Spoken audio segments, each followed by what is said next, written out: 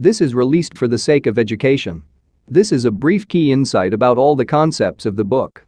We provide free audiobooks, key insights, summaries, and brief study notes on the concepts of the books.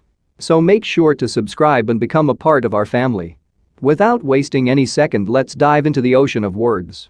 Welcome to this program that's called Mindfulness for Beginners. I'm delighted to be working with you in this way, and I do so in the hope that whatever it was that drew you to the allure of mindfulness, that very impulse can be explored and nurtured so that it will grow and develop. Because no one comes to a program such as this by accident. There has to be some underlying impulse that longs for a certain knowing or way of being that may feel elusive, but is also sensed as highly desirable. Otherwise, you wouldn't even bother to pick up a program such as this. Also, each one of us brings our own genius to such adventures. And we always build on what's come before in our lives, even if much of it was and perhaps still is painful. Our entire past, whatever it's been, when it comes right down to it, becomes the very platform for doing the work of being in the present moment. And it becomes both the work and the adventure of a lifetime, not to be trapped in either our past or our ideas, but rather to reclaim the only moment that we ever really have. And that is always this one. And taking care of this one can have a remarkable effect on the next moment, and so on the future. In this session, we'll be having a conversation of sorts, although with such a format, I'm going to be the one that winds up doing all the talking. But we will be exploring the whole subject of mindfulness together, as if you'd never heard about it and had no idea what it was, or what meditation is, and why it might be worth cultivating. We'll cover what it is, how to cultivate it in your life, what its various benefits might be in terms of stress and pain, health and illness. Of course, we can only touch on these topics in this format, and all my comments are only to enhance your motivation to make use of the other session, which guides you in the actual practicing of mindfulness, and to have some kind of framework for understanding why it makes sense to do something which seems as strange and alien as nothing, on a regular basis, on a systematic basis, in a disciplined way, to cultivate your own mind and what I would call your deep inner resources for learning, for growing, for healing, and potentially for transformation of your understanding of who you are and how to live in this world. If you want to go deeper, there are no end of resources. Mindfulness as a subject is an entire universe. It has many, many facets and galaxies. It's infinitely deep and wonderful. And there are fortunately many, many superb teachers, past and present, going all the way back to the Buddha himself and even before the Buddha, whose writings and whose books, and for the living ones, whose retreats can be invaluable to connect with over the course of this lifetime, your lifetime. Much of what I will be saying is mapped out in my various books, and in particular in Full Catastrophe Living and in Coming to Our Senses. So let's begin at the beginning. What is mindfulness? My working definition of mindfulness is that it's paying attention on purpose in the present moment as if your life depended on it, non-judgmentally. Actually, mindfulness is what comes out of paying attention on purpose in the present moment, non-judgmentally, and as if your life depended on it. And that is nothing else than awareness. Now, awareness is something that we're all intimately familiar with, and yet complete strangers to. So the training in mindfulness that we'll be exploring together is really the cultivation of a resource that's already yours. It doesn't require going anywhere, it doesn't require getting anything, but it does require in some way learning how to inhabit another domain of mind that we are, as a rule, fairly out of touch with, even though, of course, if we didn't have it, we'd already be dead. Mindfulness is often spoken of as the heart of Buddhist meditation. But really, mindfulness is universal because it's about attention and awareness, as I've just said, and attention and awareness are capacities that are shared by all of us. Nevertheless, it is fair to say that the most refined and developed articulations of mindfulness throughout history and how to cultivate it come from the Buddhist tradition.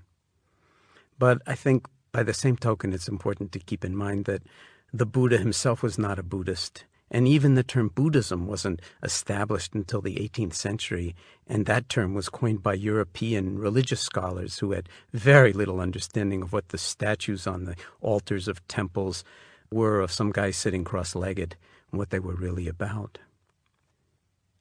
What those statues and other Buddhist art objects are all about is actually the mind and states of mind. And the Buddha represents a state of mind that can simply be called, and he did speak about it in this way, awake. So the Buddha had some profound insights into the nature of the human mind that apply to any human mind, not just Buddhists or people practicing Buddhist meditation for that matter. Otherwise, really, it would be of no value. I like to think of the Buddha as a scientist, a genius of a scientist, really, who had no instruments at his disposal other than his own body and his own mind, and he used them to great advantage to explore the deep questions that he was interested in, like what is the nature of the mind and what is the nature of suffering. And of course, as with any instrument, whether it's a radio telescope or a spectrophotometer or a scale, you have to actually calibrate it first and stabilize the platform on which it sits so that you can get reliable readings. And part of the meditation practice that the Buddha came up with was to actually stabilize and calibrate the mind so that it could do the deep work of penetration. Obviously, if you were trying to look at the moon and you put your telescope on, say, a waterbed and then tried to, find the moon, every time you shifted your posture even the tiniest little bit, you'd lose the moon in the telescope. So it's the same with the mind. If the mind is going to investigate itself, first you have to learn at least the rudiments of stabilizing the mind enough so that it can actually do the work of paying attention and being aware of what's actually going on beneath the surface of our own mind's activities, which often are what thwart us or distract us or carry us away someplace else, as you'll soon see. So for all these reasons, mindfulness is really universal and doesn't have anything to do with Buddhism in the sense of you have to be a Buddhist in order to practice mindfulness, or for that matter, even that you have to practice meditation in order to cultivate mindfulness. But if you understand meditation in the deepest of ways, then you can't possibly not practice meditation when you're cultivating mindfulness, because they are no less than the same thing. It's this deep dimension of awareness that is ours already, but that we just are so unfamiliar with that we can't put it to use at the times in our lives that we need it the most. For close to 30 years now, my colleagues and I at the University of Massachusetts Medical Center's Stress Reduction Clinic have been using mindfulness within mainstream medicine as a profound resource for people facing stress, pain, and illness and disease, who find that they don't receive full satisfaction from their healthcare and medical care, who, you could say, fall through the cracks of the healthcare system. And actually, a lot of people fall through the cracks of the healthcare system and don't get full satisfaction. So the idea of the Stress Reduction Clinic is to challenge people to see if there's not something that they can do for themselves as a complement to whatever their doctors and surgeons and the healthcare system as a whole can do for them to move towards greater levels of health and well-being.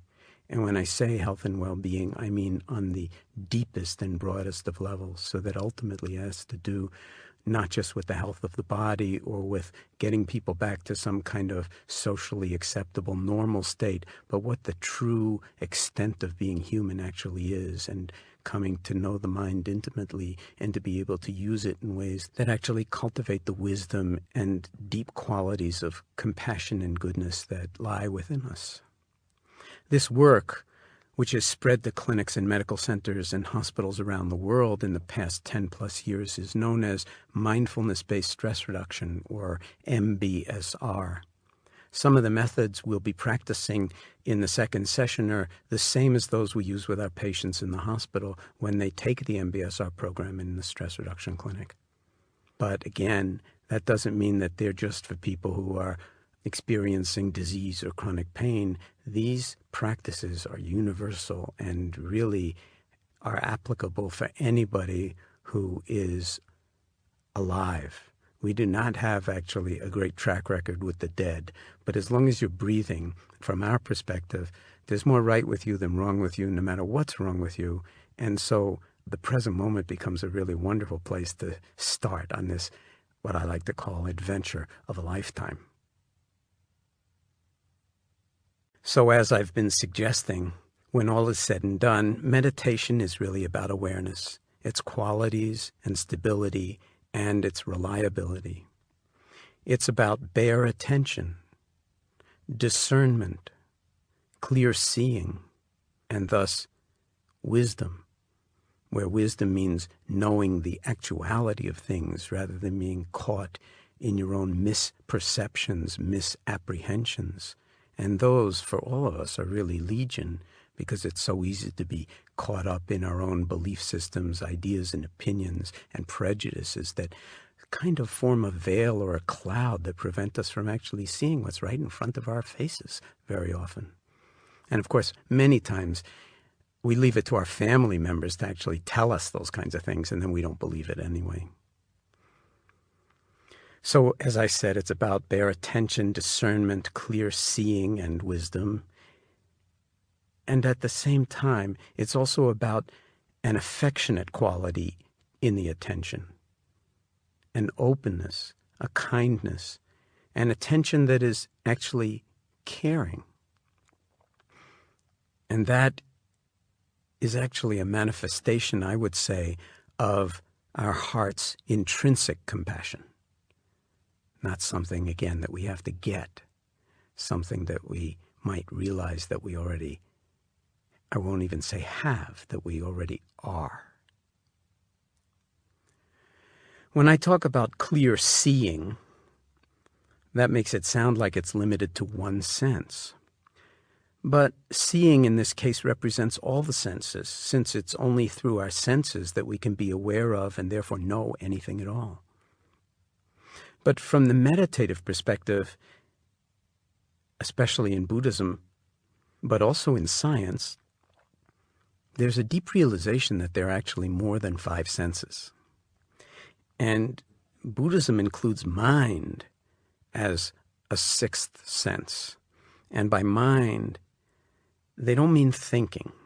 They don't mean just the thinking mind.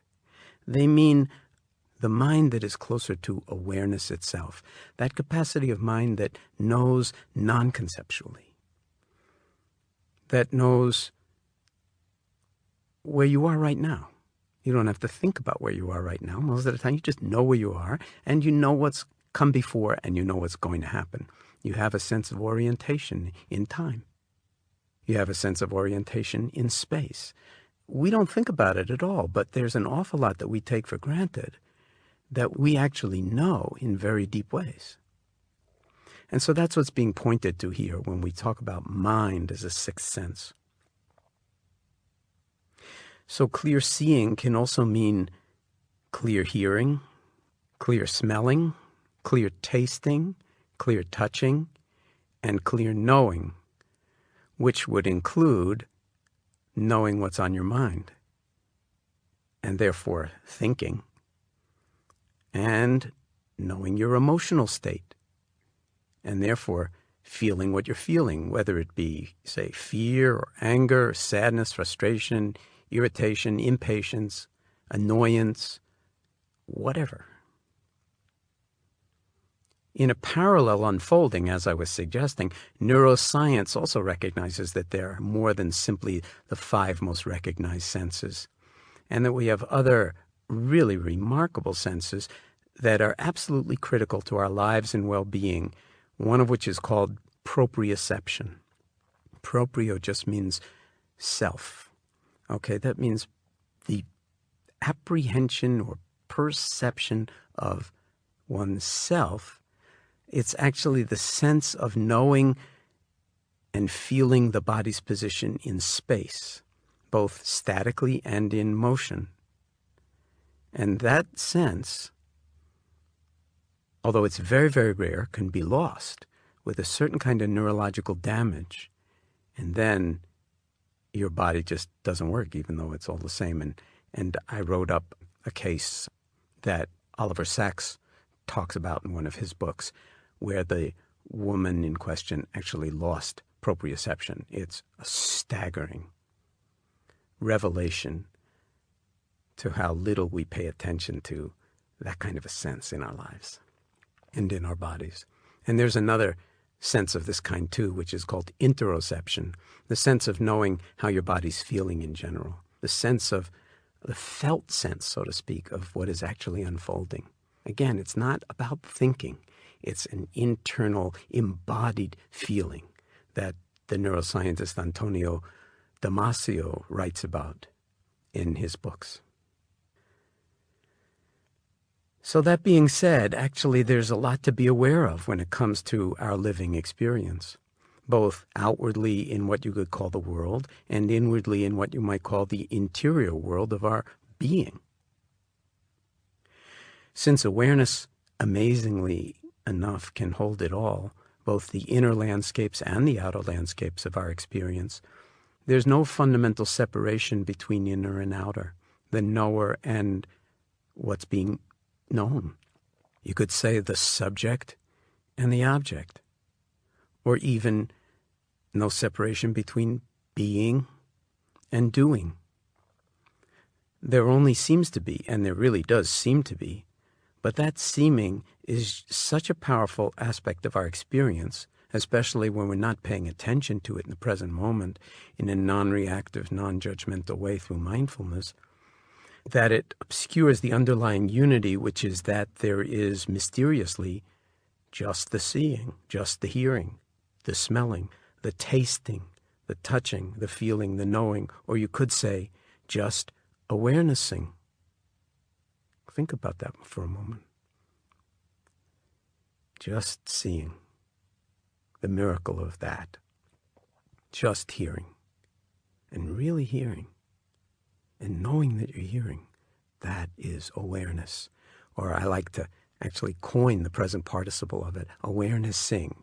Not allowed to say that in English, so I like to say it, awarenessing. And maybe that'll give you a certain tonal or textual feeling for the spirit of mindfulness. It's no longer a noun, it's a verb. And it has a whole dynamics to it by being a verb that is very, very important to this whole domain of looking into who we are as human beings and being able to function in a very, very stressful and sometimes you could say even highly disordered, chaotic, diseased, and sometimes, frankly, insane world. The irony of all this, especially when people come to the medical center with something wrong with them, is that we are already whole, even when we have some kind of disease or some kind of problem. And that's why we say to people that, from our perspective, no matter what's wrong with you, there's still more right with you than wrong with you, as long as you're breathing. So if we're actually already more whole, we're also in the habit of fragmenting the world into inner and outer, this and that, what we like and what we dislike, what we want and what we don't want, and making those kinds of separations, even though they're artificial and even delusional in a profound way, making them still has a profound grip on our habits of thought, emotion, and sensing and knowing. And it's those habits that keep us stuck and prevent us from apprehending the spaciousness, the clarity, the unity of awareness itself, even though really you could say it's right beneath our noses in every moment and always available to us, since awareness is ours by birth and by virtue of being human. I think it's important at this juncture to simply say that although I'm doing the talking, there are really no experts when it comes to mindfulness. And so it becomes something that we all actually are embedded in together, if you will. That is the adventure of life and how willing we are to be present in our own lives. So people, sometimes say, well, okay, I get it. Mindfulness. Now, everybody's talking about mindfulness nowadays. Mindfulness this, mindfulness that. I get it.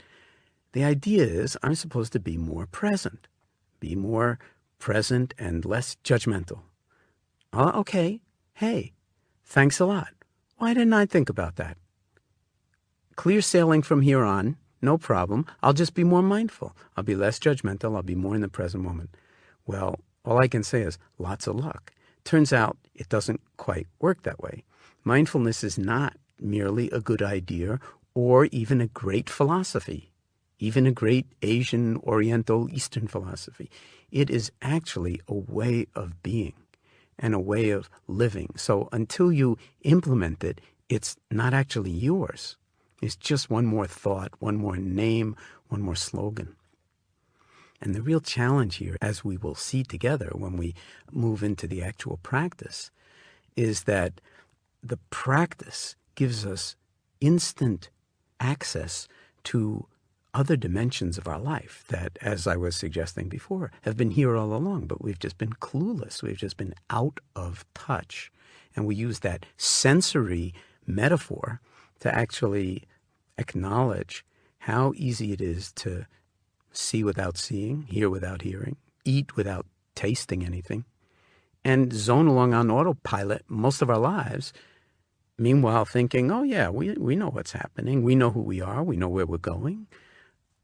And the interesting thing really happens when you start to question who you are and where you're going. How much do we actually know with certainty who we are? Or are we just creating some gigantic story for ourselves? And then when the story seems to be going well, we're just tremendously happy and, full bore ahead into what's next. And when the story sort of takes a corner, turns a corner, or for one reason or another, maybe even from early childhood, is a story of mayhem and disaster and abuse or neglect or not being seen, then the story that we tell ourselves is one of being completely imprisoned or completely unworthy or completely unintelligent or whatever it is that we tell ourselves to create this story that there's no hope for us. And what mindfulness is saying is this is just all thinking. It's highly supported by, all sorts of evidence that you can marshal from your past, why you're no good or why you're the greatest thing to, hit the planet since sliced rye bread or whatever it is. But all of those are just obsessions around kind of self-centeredness that when you begin to question it or look at who is doing all this talking inside my own head, you realize that you don't even know.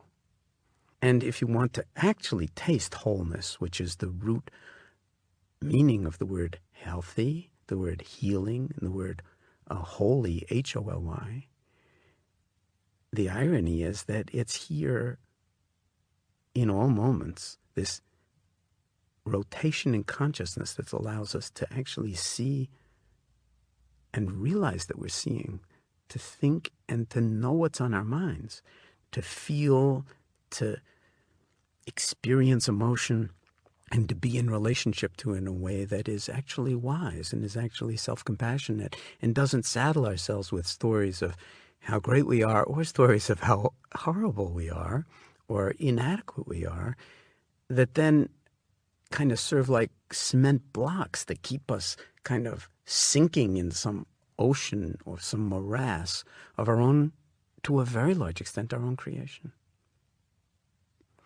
So from that point of view, it's not like meditation is saying you should know who you are. It's much more, can you question who you are and be comfortable with not knowing? Because when it comes right down to it, people say, well, who are you? And you say, well, I'm Jon, Kabat Zinn. Well, that was just a name that my parents gave me when I was born. Jon. They could have given me another name. Would I be the same person or not? Shakespeare had a lot to say about that. Would a rose by any other name smell as sweet? And the same for your age, your accomplishments, everything else. It doesn't add up to the person. The person is something else, something more mysterious, something, that is bigger. Walt Whitman said, "I am large, I contain multitudes." It's actually true. We're like universes in ourselves. We're huge, but we tend to contract and think of ourselves in small, contracted ways.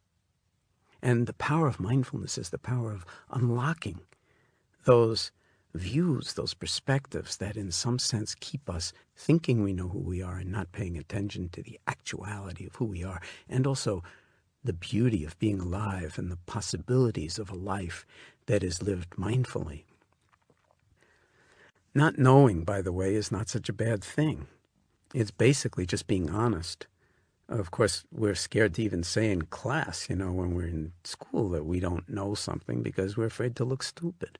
But actually, all great scientists have to admit what they don't know, because otherwise they're never going to discover anything meaningful, because the new discovery happens at the interface between what is known and what's not known. And if you're completely preoccupied with what is already known, you can't make the leap into that other dimension that's often called creativity or imagination or poetry or whatever it is that allows us to see a hidden order in things that until it's seen, it ain't seen. And it therefore is hidden. And then when someone else sees it and you say, "Oh my God, why didn't I see that?" Well, that's because in some sense, everybody has their own karma, so you can't see necessarily what somebody else is to be seen, but maybe you can see what's yours to be seen. And that may be a lifetime's work to discover, what is my trajectory? What is my job on the planet with a capital J? What is my heart yearning for? What is my body really asking of me in this moment? And then feeding those dimensions as if that was really the only work worth doing on the planet. And you could make the argument that that's true. When we speak about the word mindfulness, by the way, I want to make it very clear that in all Asian languages, the word for mind and the word for heart are the same word. In all Asian languages. So when you hear the word mindfulness, you have to equally well, to really understand what mindfulness is about, hear the word heartfulness. And that's why we often speak about affectionate attention or being gentle and compassionate with yourself, because this is not some kind of cold, hard, discerning, witnessing, peeling back, to find something. That's kind of, you can feel the forcing, doing elements of this. Meditation is really not about doing, it's about being, as in human being. And then the interesting thing is then people say, well, yeah, but then I'll never get anything done. I got all this stuff to do. How am I ever going to meditate? I mean, it's just, but the fact of the matter is that it's not that meditation's about like navel gazing and never functioning in the world or doing anything of real value. It's letting the doing come out of the being. And then that's some other doing, because it's really informed by these other dimensions of being that come out of knowing the mind, that come out of coming to our senses, that come out of being able to see beneath the surface of appearances, or hear what's really being said by a patient or by your child, or by a look that flashes across somebody's face when you've said something gauche but you don't really realize it, and an arrow's gone into the other person's heart and you're clueless about it. Mindfulness can actually hold all of this in such a way that, one, you might not shoot that arrow in the first place after a while, but if you do, you'll see the effect of it. And you'll have enough integrity and what some people call character, so to speak, to actually apologize and say, whoops, I'm sorry. I don't know what happened. That was like another moment of mindlessness.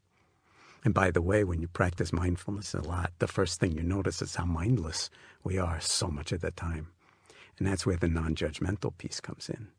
Because if you're going to hammer yourself every time you move out of the present moment, well, you're going to be hammering yourself a lot. And maybe it's time to sort of put down the hammer, stop beating on ourselves, to sort of castigate ourselves for not living up to some kind of ideal. And in some way, how about just being honest? How about when we blow it, okay, I just blew that. But we're aware of blowing it, and the next moment we have a lot of different options of how to handle that.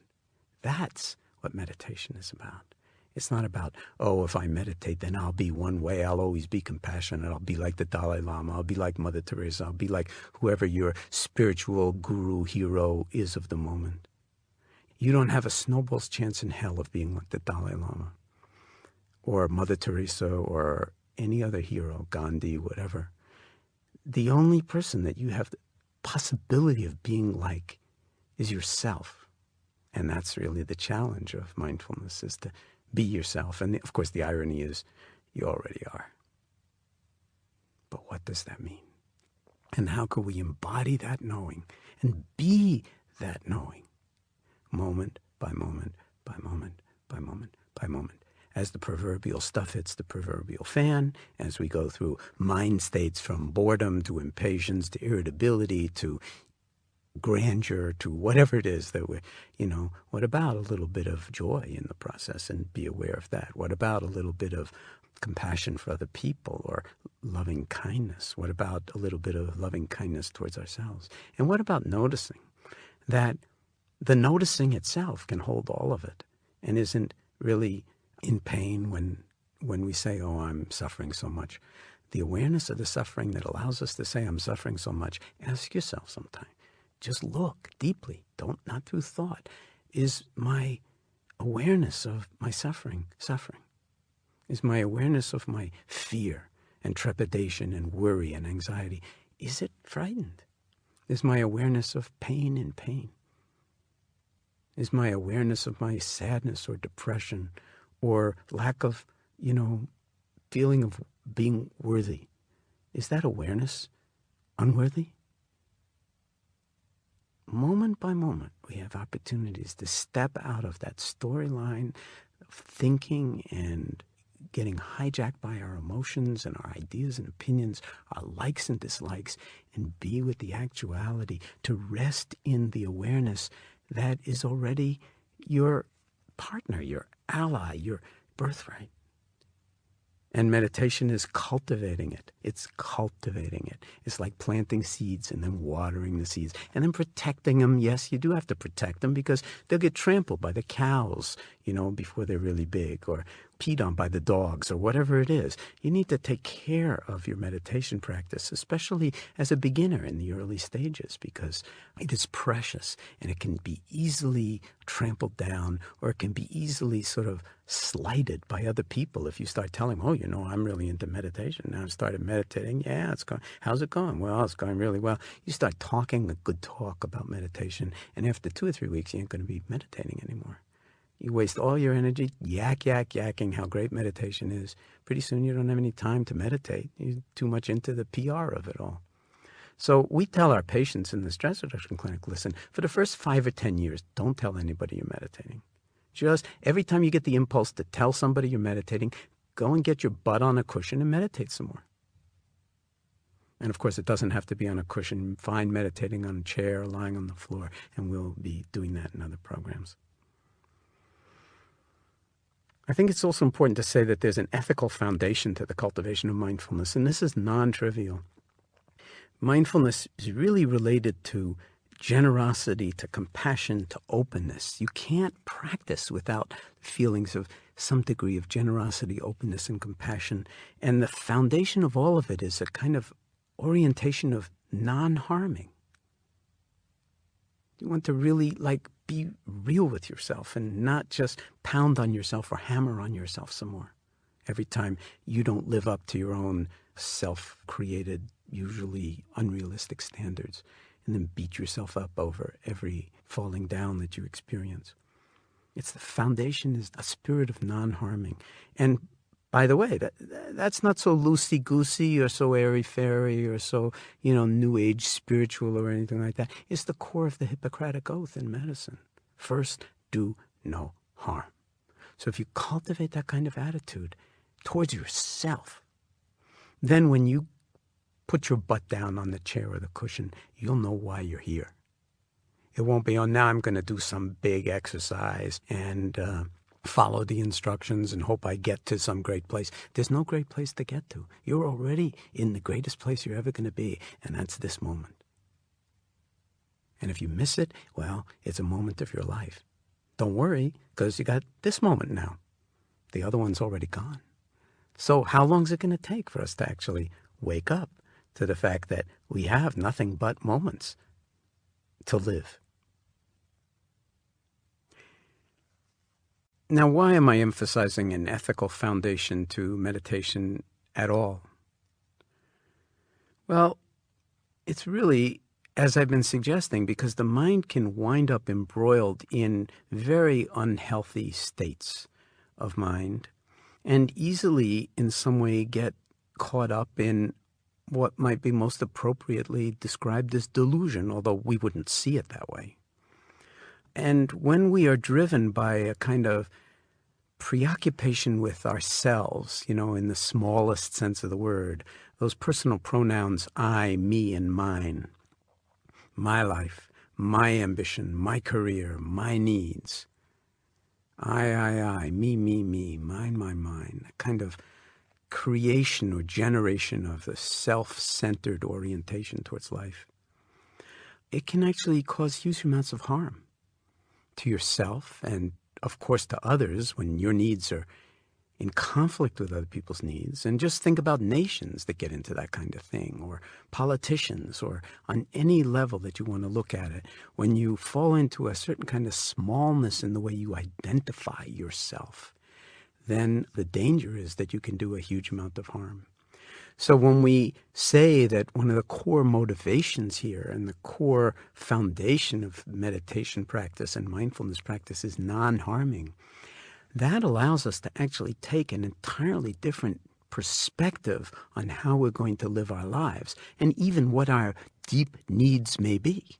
Our deep needs may be very, very different from what we think our deep needs are, or our desperate longings, or our strong feelings that I've got to have this.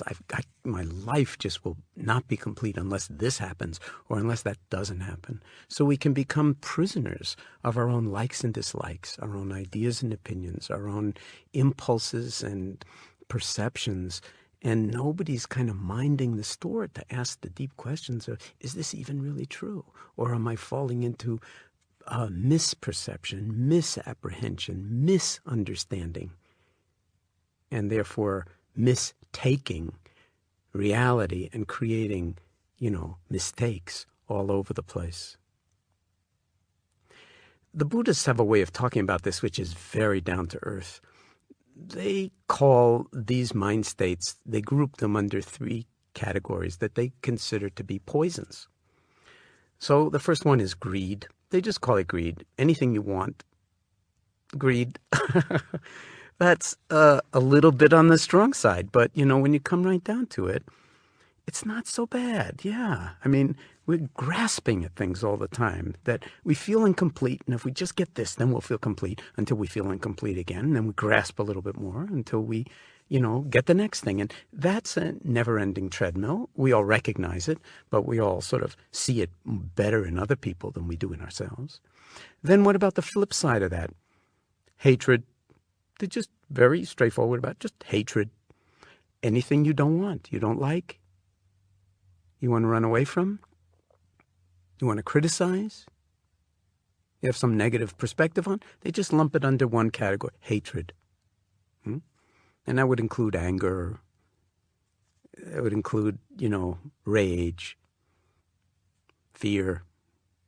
And then there's the third one, delusion, as we've been talking about, or illusion, which is like the exact opposite of wisdom, not seeing the real connections between things, not knowing what's actually going on, but living in your own little storyline and what's going on. And then it becomes, very often, we've all experienced this, a self-fulfilling prophecy, so that you can marshal, any evidence you want for whatever it is that your story is and make it true. Only, that's delusion. So between greed, hatred, and delusion, there's a lot to pay attention to.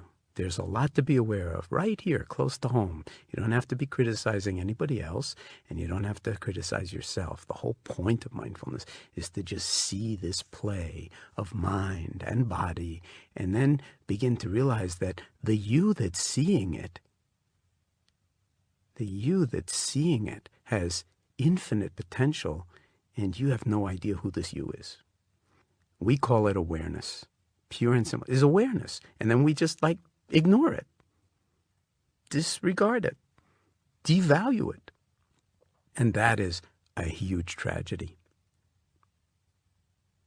So there's actually a lot to be aware of, and that's why mindfulness packs so much power, so much transformative power, so much healing power, so much capacity for orienting us and helping us to grow into ourselves across the entire lifespan. No matter what your age is when you come to this program, or when you first hear the word mindfulness and decide, I don't know why, but I feel some strong attraction to paying attention in the present moment non-judgmentally, to the promise of this. Because basically it's the promise of getting your life back, of giving your life back to yourself. And many of our patients say that to us with great regularity. And we just smile and say, well, it's actually not really true that we gave, because they'll say, you gave my life back to me. And I'll say, well, I didn't give your life back to you. This practice, your willingness to engage in mindfulness and sustain it as a discipline over time, not just keep it as a nice little idea that you sort of pull out every time the proverbial stuff does hit the proverbial fan, every time you feel stressed. It's not a dime store relaxation technique, mindfulness. It's not a technique at all. It's a way of being. It's a way of being. So meditation, although there are many meditation techniques, meditation doesn't have to do with the techniques. The techniques are just skillful means for waking up to the actuality of what's already here. Just as there is an ethical foundation to mindfulness practice, I think it's important that we realize from the very, very beginning that there's also an attitudinal foundation, and I have been alluding to it when I've been talking about kind of affectionate attention or being gentle and non-judgmental with ourselves. So actually, at one point, I mapped out this attitudinal foundation in my first book, Full Catastrophe Living.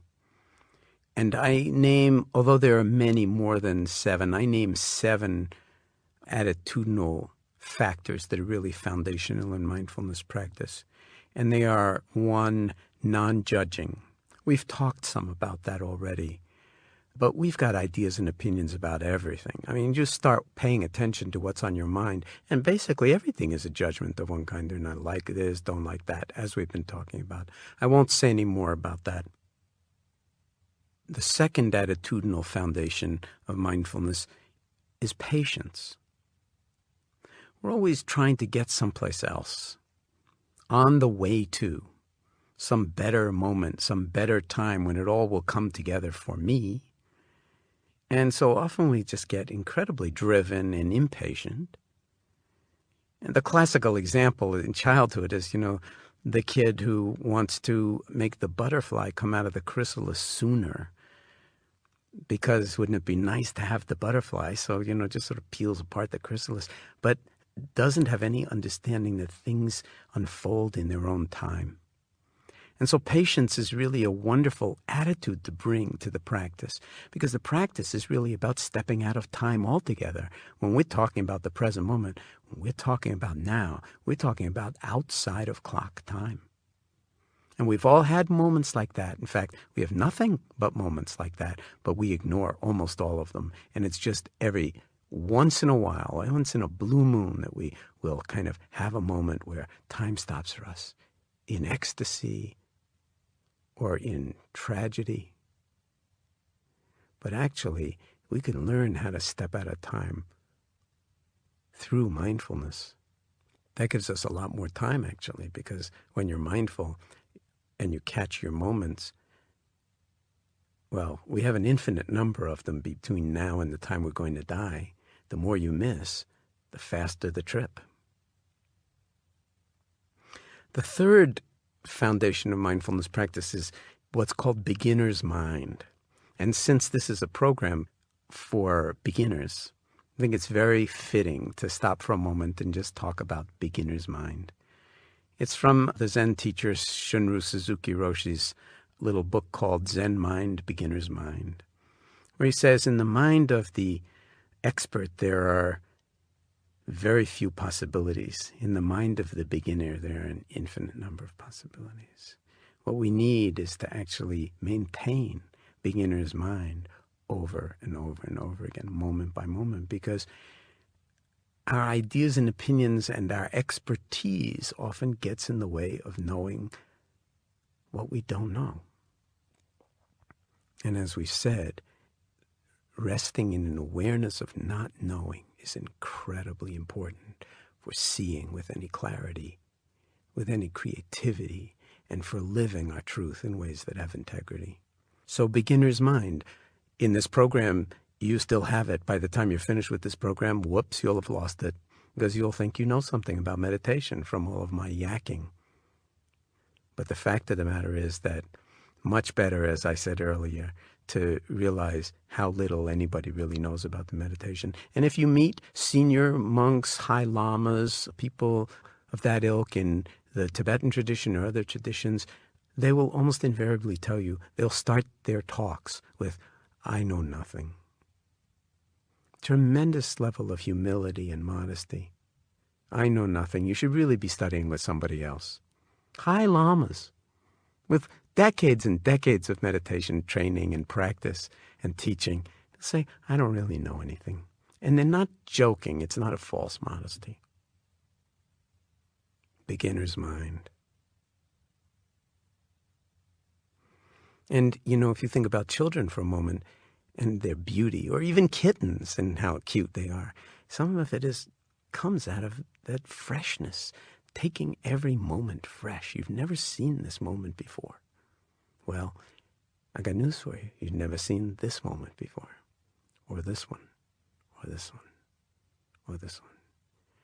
If you take this, well, I've seen one moment, you've seen them all attitude, you're going to get very, very bored cultivating mindfulness. And then that doesn't have to be the end of the journey. Then you can just be aware of how bored you are. And that awareness, you can ask yourself, is my awareness of my terminal boredom bored? The answer will be not at all. Your awareness isn't caught by your boredom. And in fact, boredom can become unbelievably interesting. And in fact, as soon as you watch it, you may find that it dissolves on you into something much more interesting, another mind state. That's true for virtually every mind state, including the ones that we feel completely tyrannized by, or are so terrified of we don't even acknowledge to ourselves that we have them. Who, me? Frightened? Scared? Tense? No, not me. Not me. Not me. Can you hear the story of not me? That's the story of me. This brings us to the fourth attitudinal foundation of mindfulness, which would be trust.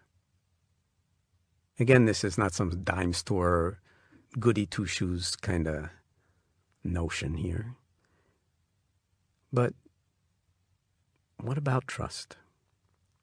What is worthy of trust? Can we trust what we know? Well, can you trust what you know through thinking? Usually not. Usually not. As I said, you can misperceive, misapprehend, mistake what's actually going on. But what about trusting awareness? What about trusting your heart? What about trusting your motivation to at least do no harm? What about trusting your experience until it's proven to be inaccurate? What about paying attention to, say, seeing and really seeing for the first time? Can you trust your senses? Well, every single sense can be tricked. Every single sense. So it may not be an absolute trust in the senses, but a relative trust as we train ourselves to be in touch with the senses. Yeah, you might be. Can you trust your body? What if your body has had cancer in the past or has cancer now? Do you feel like, oh, my body betrayed me? Or is there a sort of larger sense of trust that, there's something going on in the body, but again, there may be much more right with it than wrong with it. And maybe your attitudinal orientation can mobilize some of what's right with it, to actually hold the cancer in a way that would further healing, deepen the capacity to live life fully while you have it to live, and not get into sort of magical thinking that, oh, now that I'm meditating, we'll just meditate the cancer away. Sometimes yes, sometimes no. Don't know.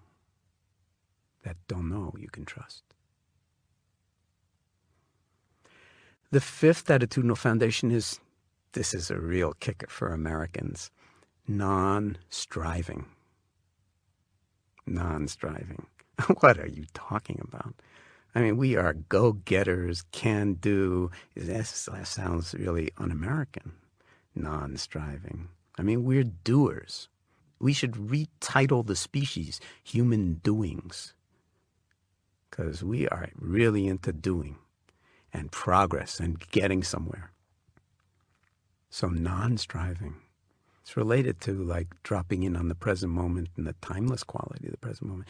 There's no place to go, nothing to do, nothing to attain.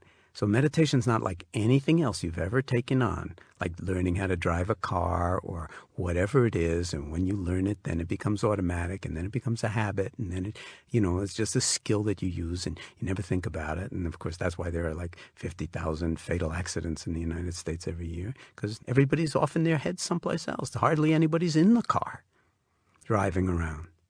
They're not paying attention. They're on the cell phone or whatever. Or the mind is on the cell phone even if you don't have a cell phone. So non-striving is not trivial. It's realizing that you are already here. There's no place to go because the agenda is to be awake.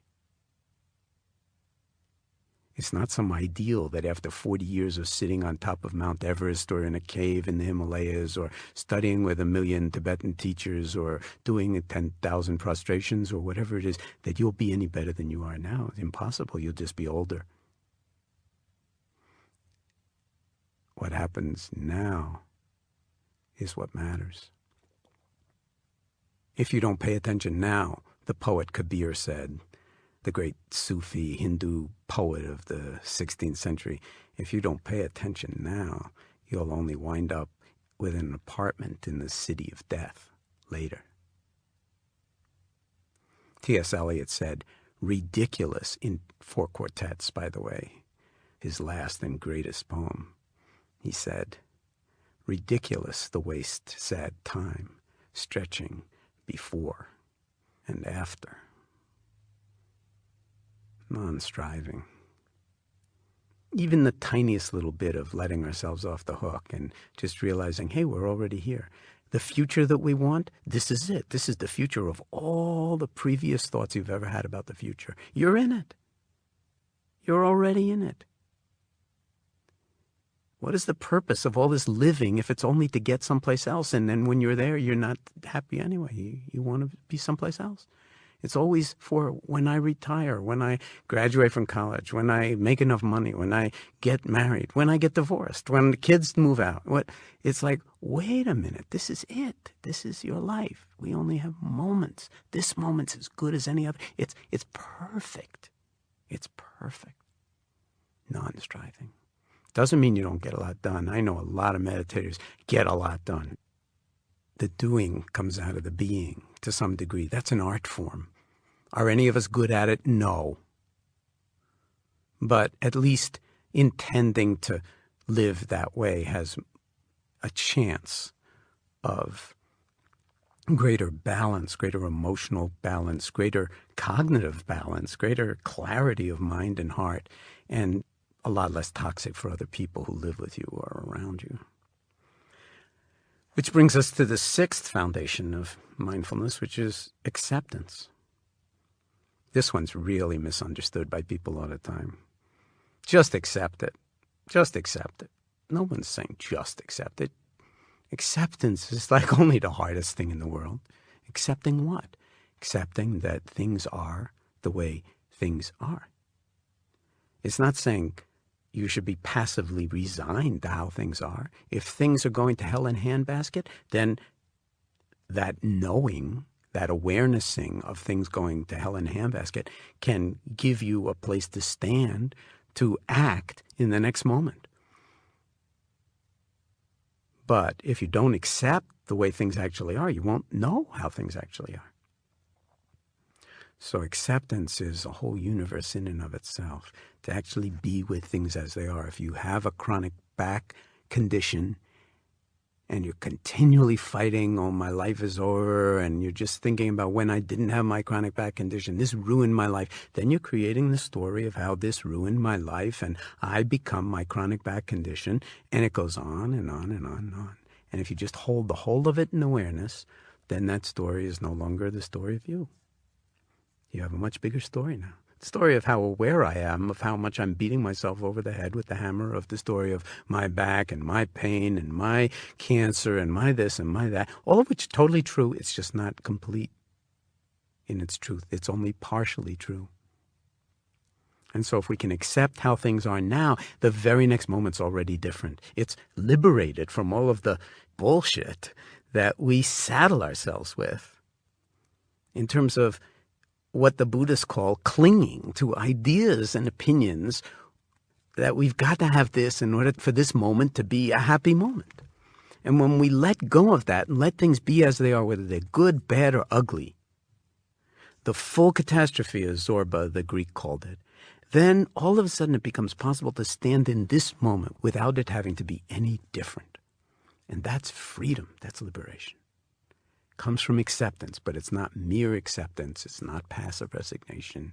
It's not be turning into a doormat yourself and letting the world or life or other people trample all over you. It's actually seizing hold of the actuality of things. And then the next moment, if you have to act, act. But you'll act out of mindfulness, out of heartfulness, out of some kind of emotional intelligence, instead of hijacked by whatever your feelings are about what you can't accept. Now, it takes a long time to come to acceptance. Sometimes you have to go through denial first. Sometimes you have to go through anger. Sometimes you have to go through grieving. And these are the stages, of loss. But ultimately, the challenge is, can I accept how things actually are? Moment by moment, by moment, by moment, by moment. Well, first you have to see, feel, taste, touch, smell how things actually are. No. It's a practice. It's not an ideal. It's not some special state you get to. Oh, I used to be mindless. Now I'm mindful. No, it's like moment by moment by moment. You're losing mindfulness and then recovering. Just like walking is moment by moment, actually losing your balance and recovering it. That's what walking is. It's a controlled falling. Same with mindfulness. You're falling into yourself. You're falling into clarity. You're falling into kindness. And the last, speaking of falling, would be letting go, or non-attachment. Non-attachment to what we want, what we're clinging to, what we have to have, what we most hate, what we have huge aversion for. Just not being attached to it. Why? Because yourself is now so big and so spacious, so much more like awareness than like thinking or like ego. Even though thinking and ego can be, happy right inside of awareness, the awareness holds them in such a way that they don't take us down anymore. And so we let go, which means let be. It's also a practice. Nothing harder than non-attachment. It's the hardest work in the world. By the way, I should have said this at the beginning, I suppose, but it's good enough to say it now. By the way, folks, this whole adventure of mindfulness is only the hardest work in the world. This is no joke. This is not some dime store relaxation thing or some kind of woo-woo healing. This is the challenge of a lifetime to grow into who you actually are. And it's each of our work, and no one's work is the same. Because we're not the same. We are the same, but we're also not the same. So we have to find out who we are and not do someone else's work. Now, when it comes to thinking, speaking of thinking, which is so dominating in our lives, and as soon as you sit down to meditate or lie down to meditate, the first thing you'll notice, the mind has a life of its own. It's just going to go and go and go. And it's going to have ideas and opinions now about mindfulness, now about meditation, about how well you're doing or not doing, or how boring it is and how awareness of boredom doesn't do what Jon said it would do. It's just more boredom. Well, think about it for a moment. Isn't it true that ever since we were in school, we've been trained in critical thinking? I mean, I remember very clearly myself asking my teachers when I was something I didn't want to learn, like, say, trigonometry or grammar. I'd say, well, why do we have to learn this? And I was told always that it would help me to develop the capacity to think critically and to speak more clearly and more thoughtfully. And you know what? It turns out that's true. And I actually love grammar, and I love the English language, and I love writing. And while, I don't use trigonometry very much, I love the whole notion of the trigonometry of the universe, so to speak, and the geometry of the universe, and the fact that the geometry of the universe is not Euclidean, and that Einstein actually, proposed, and it seems to be the case, that the universe is warped by gravity. And so it's like, time and space are actually warped by mass. And this is really interesting stuff. So, you do need a foundation in critical thinking in order to be able to understand the world even a tiny bit. So it's extremely valuable, thinking. I mean, of course, thinking is unbelievably valuable, and it's very important as a beginner in meditation. You understand meditation is not about shutting off your thinking. It's not about shutting down your thinking. It's not saying it would be better if you didn't think, and that we're trying to just suppress all thought and have the mind be silent. If you try to suppress your thinking, you're going to wind up with a gigantic headache. It's like trying to stop the ocean from waving. It's in the nature of the surface of the mind to wave, secrete these little thoughts, these bubbles coming off the bottom of a pot of water. There are many different images to describe them. But if we get caught in them, and if we self-identify with them, that's me, or that's not me, then we're really caught. That's what's called clinging. The Buddha put it this way. He said all his teachings could be condensed into one sentence. Since he taught nonstop, without taking any time off for sabbaticals, vacations, or even weekends, he taught nonstop for 45 years. And not just 9 to 5. And he said, all of my teachings can be encapsulated in one sentence.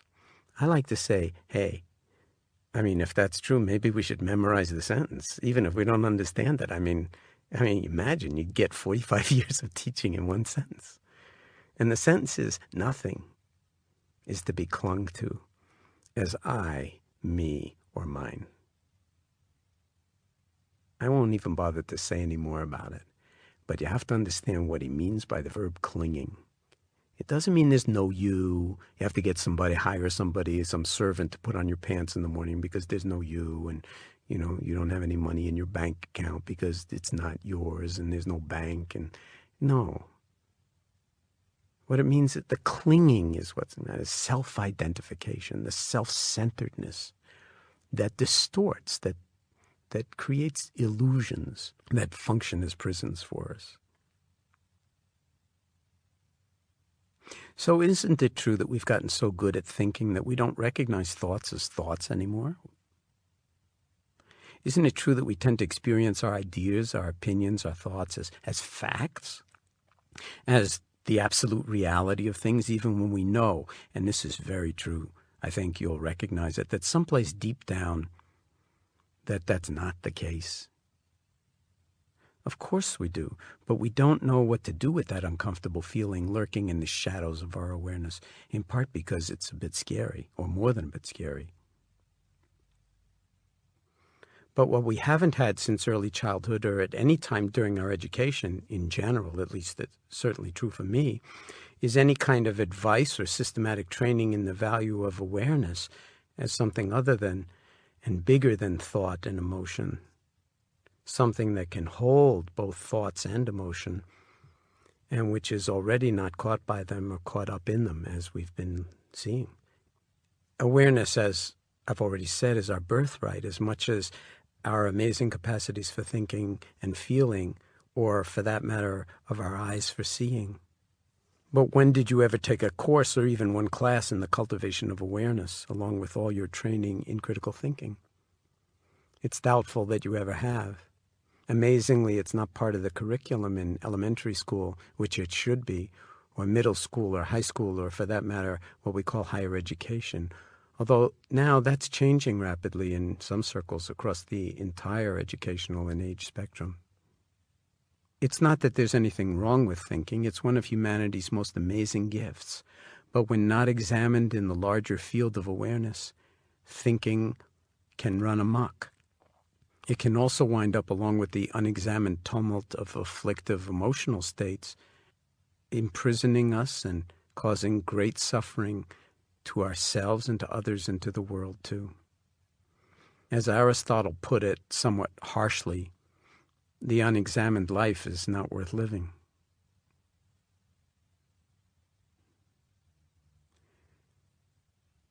Since mindfulness is about the cultivation of moment-to-moment awareness through careful and systematic and disciplined paying attention, it can seem at first, especially at the beginning, as if what's most important is what we're paying attention to. That is, the objects of attention. Whether it's what we're seeing or what we're hearing or what we're smelling or tasting or touching or feeling or knowing. In other words, what we're experiencing. That's in part because from the beginning we do have to focus on something to pay attention to. Whether it's the feeling of the breath moving in and out of our body, or the world of sounds coming to our ears, or anything else we can perceive or apprehend in the present moment. But it's important to know, especially from the beginning, especially if you really are a beginner, it's important to know this from the very beginning, that it's not the breath or the sounds or even our thoughts when we're paying attention to thoughts as if they were weather patterns in the mind, clouds rising and passing away. It's not that that's most important. What's most important and most easily missed or taken for granted is the awareness that feels and knows without thinking that breathing is going on in this moment, that hearing is going on in this moment, that thoughts are moving through the sky of the mind in this moment. It's the awareness that's important in all of this, no matter what the objects are we're paying attention to. And that awareness is already ours. It's already available, already complete, already capable of holding and knowing non-conceptually anything and everything in your experience, inwardly and outwardly, no matter how big, no matter how trivial or how momentous, because that is simply the property of awareness itself, and you already have it. Or perhaps it would be more accurate to say, you already are it. So in this program that we call Mindfulness for Beginners, as we move to the next session that's going to cultivate mindfulness moment by moment by moment, the non-judgmental attending to the unfolding of whatever it is that we're paying attention to, as best you can, keeping in mind that it's the awareness that is what's important.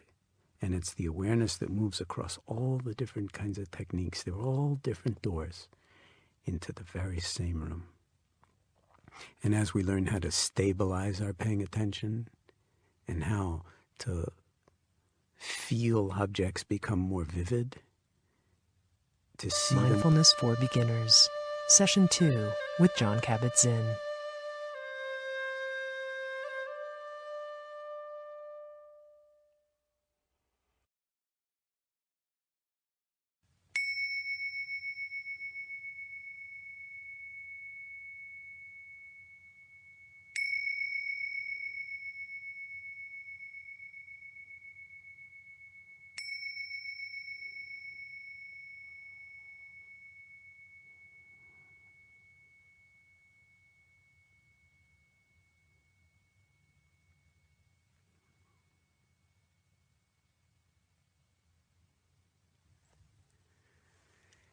Since we've seen that cultivation of mindfulness has to do with paying attention to things that we ordinarily don't pay attention to, we're going to start this series of formal practices with an actual eating meditation.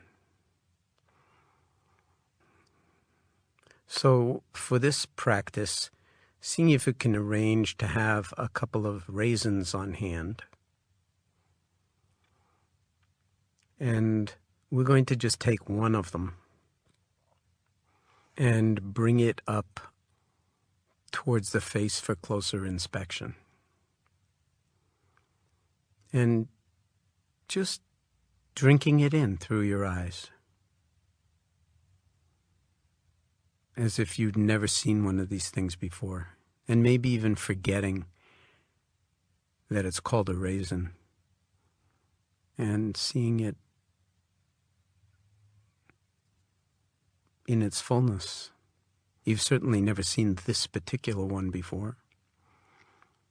So noticing its surface features, color, shape, as you turn it in your hands, just sort of seeing whether there are any unique features to it.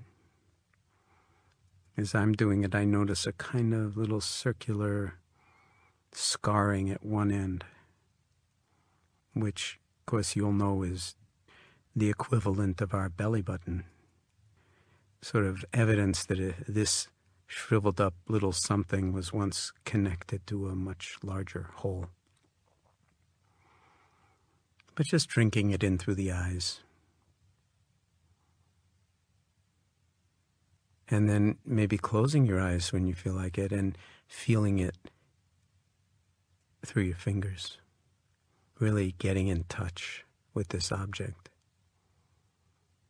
Noticing the ridges and the valleys, and maybe even putting it in the palm of your hand and feeling the heft of it.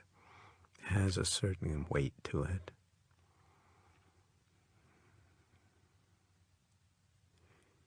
And maybe even bringing it up to the nose at a certain point, and again drinking in the fragrance, anything at all in the domain of smell coming off of this object.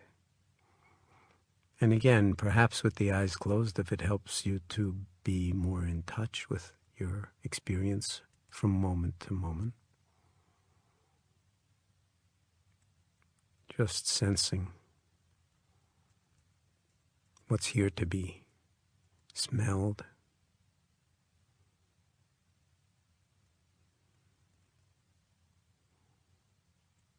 allowing the in-breath to bring in with it the aroma, the fragrance, if there is any, off of this object.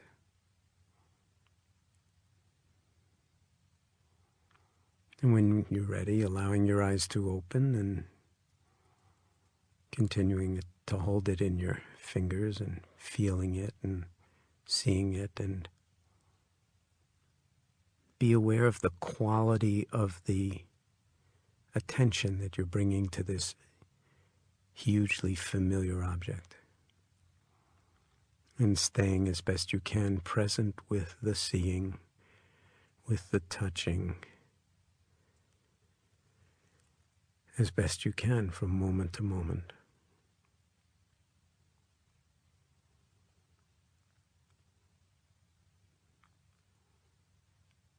When you're ready, you can, if you want to, you could even bring it up to one of your ears and see if you can hear anything coming from it as you turn it around real close to the ear.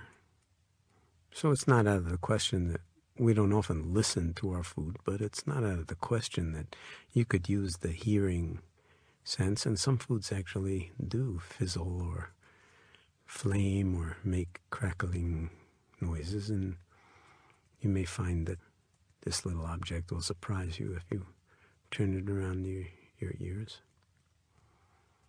But then bringing it back to where you can see it. And then gradually bringing it up towards the lips.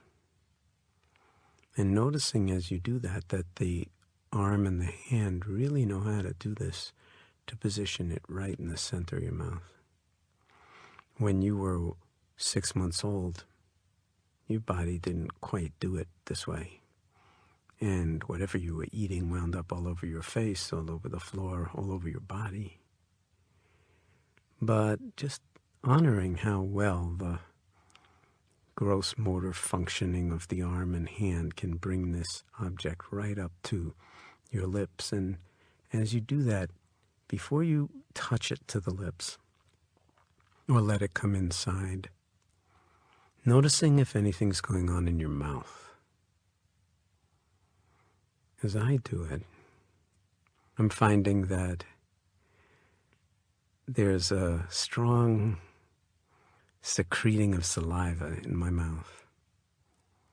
And it's clear that there's a certain kind of anticipation that feeding is going to start happening fairly soon. But noticing this object hasn't come into the mouth yet. So it's all around anticipation. The mind is anticipating eating, and the body is actually secreting, and not only secreting, but actually synthesizing and generating enzymes and fluid to prepare the mouth for this initial step in the process of digestion. It's a real mind-body phenomenon. And you probably have the same thing happen if you didn't even have the raisin in your hand. And you can certainly feel that for yourself if you were to imagine biting down at this moment on a nice, juicy, fresh-cut wedge of lemon. Mind-body phenomenon. So now with great sensitivity, slowly bringing the raisin to the lips and noticing how it comes into the mouth. Noticing how this whole thing works. Feeling what goes on to bring this object into the mouth. And then noticing how it gets positioned between the teeth. The role of the tongue in receiving it, in positioning it. Just holding all of this in awareness, moment by moment by moment, without biting down yet. Just feeling the intelligence in the tongue, in the cheeks, in the teeth, and in the mind that is so well suited for this activity we call eating. And we do so many times a day with very, very little awareness.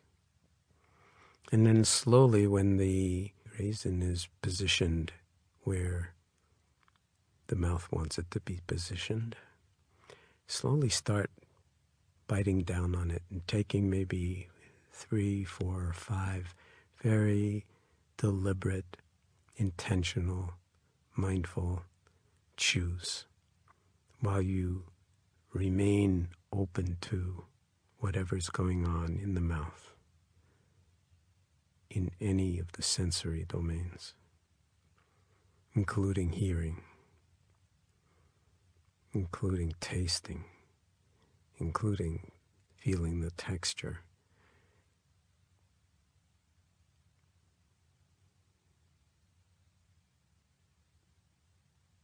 And then slowly continuing to chew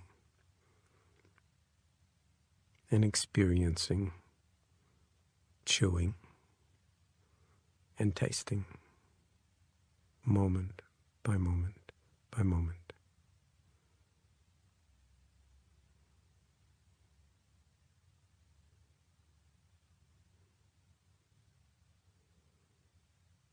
Just the direct experiencing of chewing and tasting.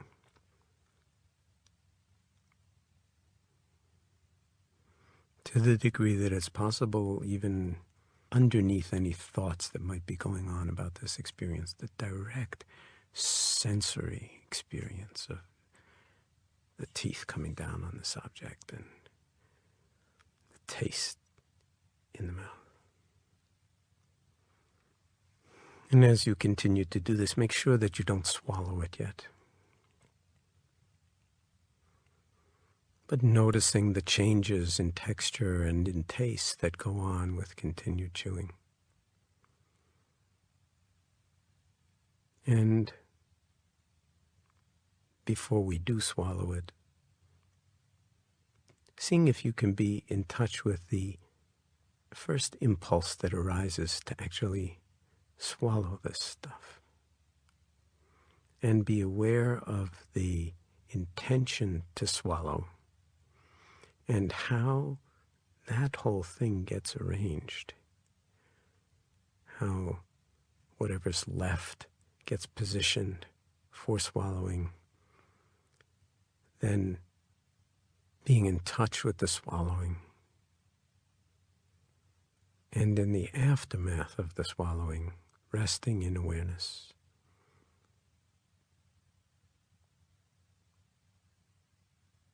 Of how it feels in this moment.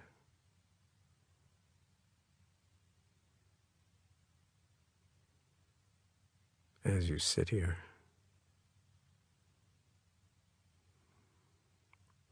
And if you like, even in your mind's eye, or sensing in any way that you can, following what you've swallowed down into the belly, where it will come to rest in the stomach. And allowing your awareness to expand to include a sense of the body as a whole sitting here, having just eaten one raisin with this kind of present moment, open-hearted, spacious attention.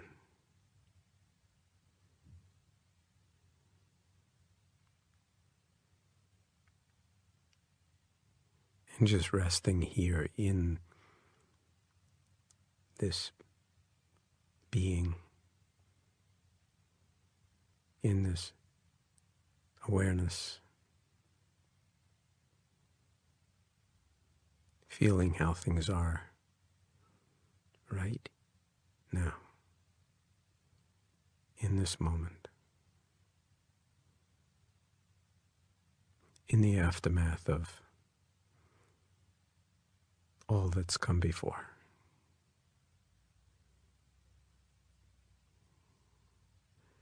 Whether your eyes are open, whether your eyes are closed, seeing if you can feel how it is in the body, how it is in the mouth, how it is in the heart,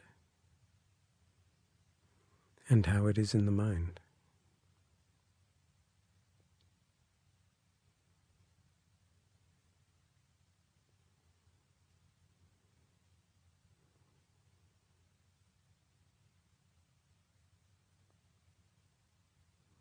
And just resting here.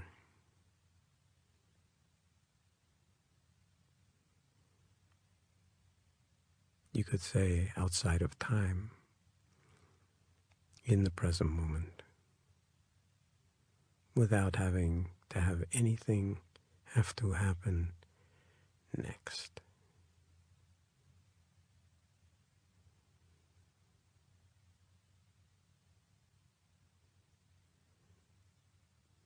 Of course, if you want to eat another raisin, mindfully, on your own at some point, certainly feeling free to do that.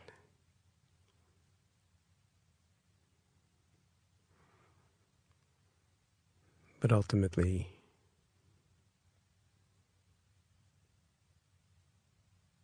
the challenge here, the practice here, is to simply be with each moment as it is.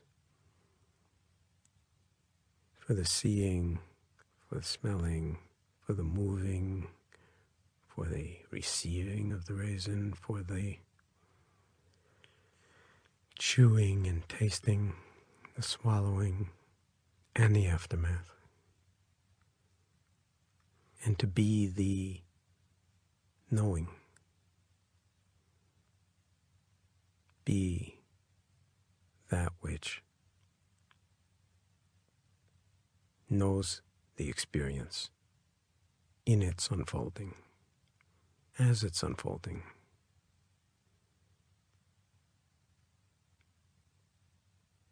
And resting here, moment by moment by moment, until you hear the sound of the bells, which will mark the end of this first guided introductory mindfulness meditation.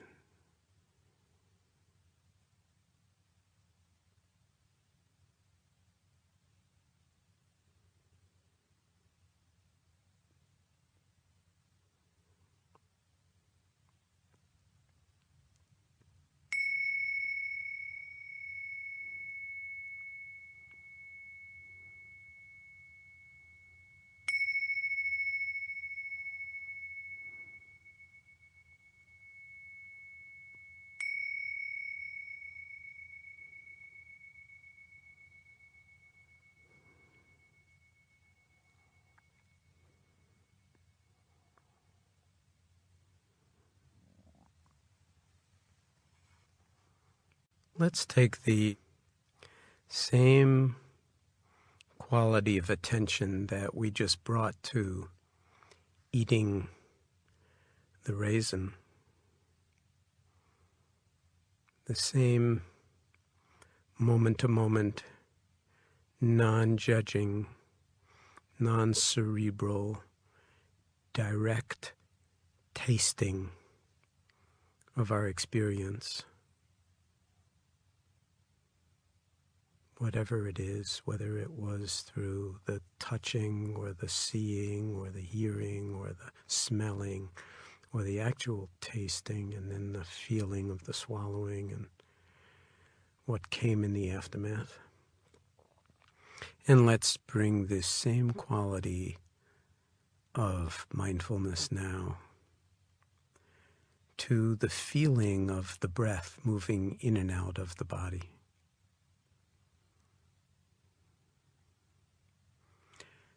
I'm making the wild assumption that if you're listening to this program, that you actually are breathing.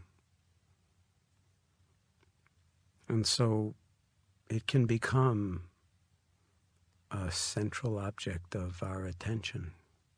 And we can let everything else move into the wings, so to speak, and feature the breath center stage in the field of awareness.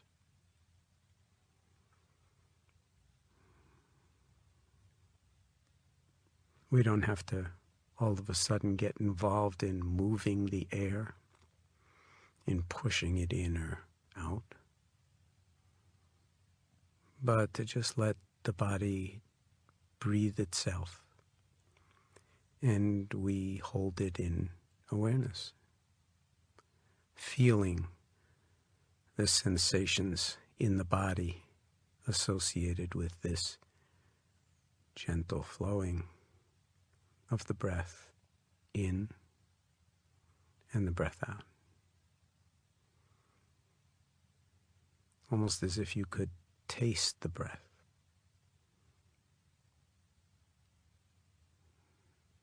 Touch the breath. Not with your fingers, but with that whole felt sense. That capacity for knowing what is actually transpiring in the body. And then riding the waves of our own breathing, moment by moment by moment, as we sit here or lie here. And you can do this either sitting or lying.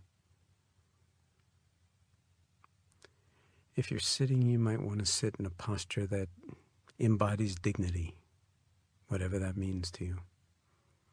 And if you're lying down, equally so, that embodies wakefulness, because it's an occupational hazard of lying down meditations, of course, to fall asleep, but the invitation is to fall awake rather than to fall asleep. And you can set that as an intention for yourself if you're lying down.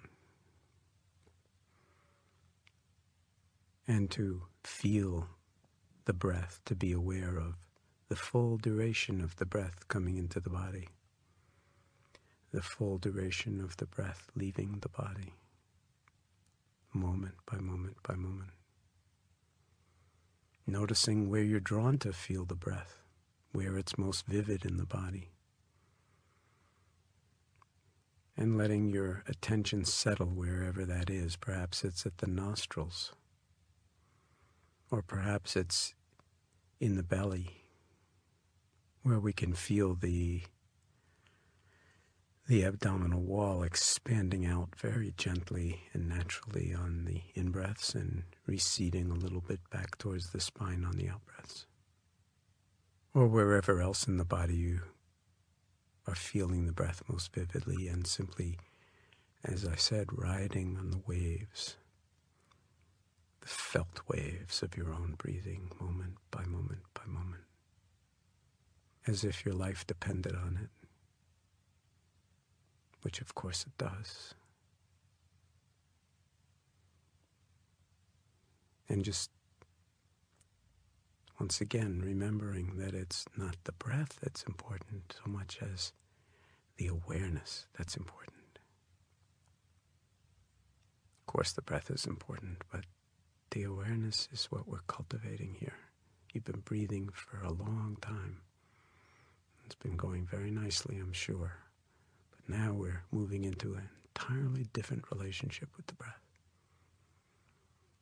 Cultivating intimacy with the feeling of the breath moving in and out. Not thoughts about the breath or how well you're doing with this, but just over and over again, resting in the awareness of breathing itself. The in-breath, the out-breath, this moment, this breath, this moment, this breath.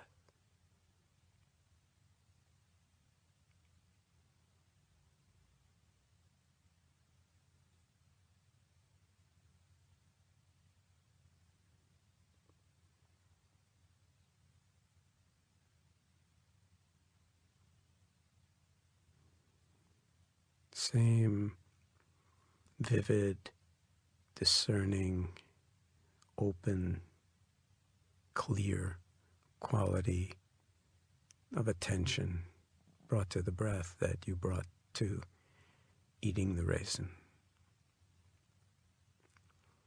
Different object, same awareness.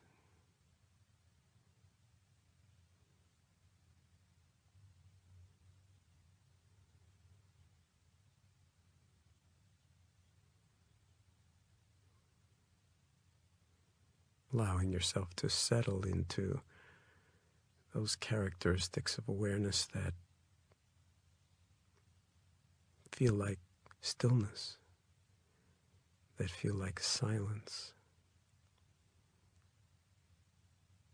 And seeing if it's not actually possible to be comfortable in stillness and silence. Just riding on the waves of the breath, at the belly, at the nostrils, wherever. Moment by moment, by moment by moment. As we sit here, or as we lie here, fully awake.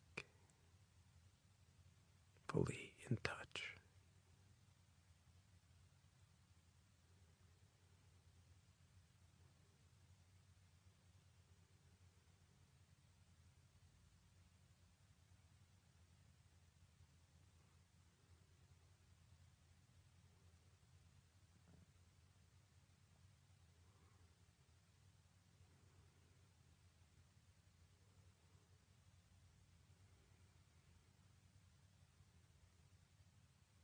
Now, it won't take long resting in this kind of silence and stillness to discover that the mind kind of has a life of its own. And just because you have a strong motivation to,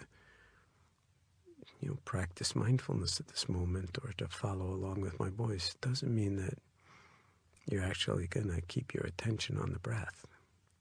This is a kind of huge discovery that beginners are sometimes shocked by. My God, it's not so easy to keep the mind on the breath. Just know that it's not just beginners that are shocked by this. This is part of the nature of mind, that it has a life of its own, and that it is just filled with all sorts of thoughts and feelings and ideas and preoccupations with the future and the past. And now with meditation and maybe having all these thoughts about your breath all of a sudden, you never thought about your breath at all. Now maybe, am I doing it right? Or am I breathing deeply enough? Or judging like, God, this is boring. When are we going to get to the good stuff? Or whatever it is, just noticing how easy it is for the mind to intrude into the space of awareness and carry your attention away so that the breath actually disappears from awareness. We've lost touch. And here there's one basic instruction that's really important. And that is when you notice that your mind is not on your breath anymore, in the body, well, you're already back because some part of your awareness has actually let it register that your mind wandered away. So noticing what's on your mind in that moment and just let it be. And then gently and lovingly and caringly and firmly reestablishing your primary focus once again on the breath in the belly or at the nostrils or wherever. You don't have to give yourself a hard time or turn yourself into a failure. This is just what the mind does, is it wanders here, it wanders there. It's got ideas and opinions, as we've seen, about just about everything. And we want to, of course, be good at this if we're doing it. So just keep in mind, you're breathing already perfectly. The question is, can you be in awareness? Can you be the knowing of breathing? And when the mind goes off someplace else, is distracted or preoccupied, just noting what's on your mind, bring it back gently, lovingly.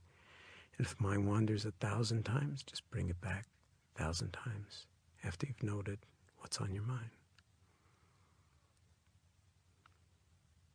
It's actually a huge and radical act of love and loving kindness to spend some time in this way, in the domain of being, and learning, really, from moment to moment, how it is in the body and what's on your mind. And then staying with the awareness, or, as we've said, the awareness sing of breathing, featured center stage in the field of awareness, and everything else in the wings when it intrudes or carries us off. Mind goes off, you bring it back. Mind goes off, bring it back. Mind goes off, bring it back. Even if you don't want to bring it back, you're enjoying where the mind is, bringing it back. That's part of the discipline of it. Just this moment, just this breath, just this moment, just this breath, and the knowing of the breath.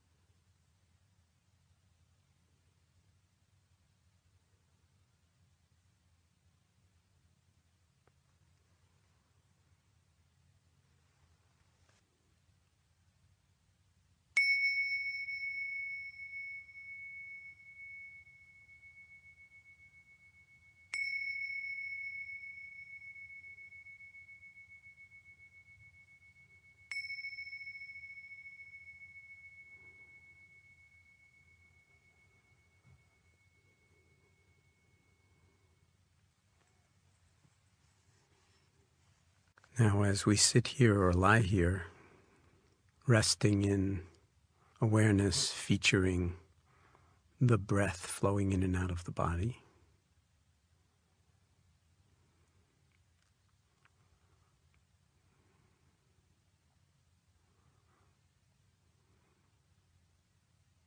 we can experiment with actually expanding the field of awareness around the breath until it includes a sense of the body as a whole, sitting here or lying here, breathing, because of course we're still breathing. So noticing if your awareness is flexible enough so that it can just hold this larger focus of attention, so to speak. Breath is still going just the way the breath has been going.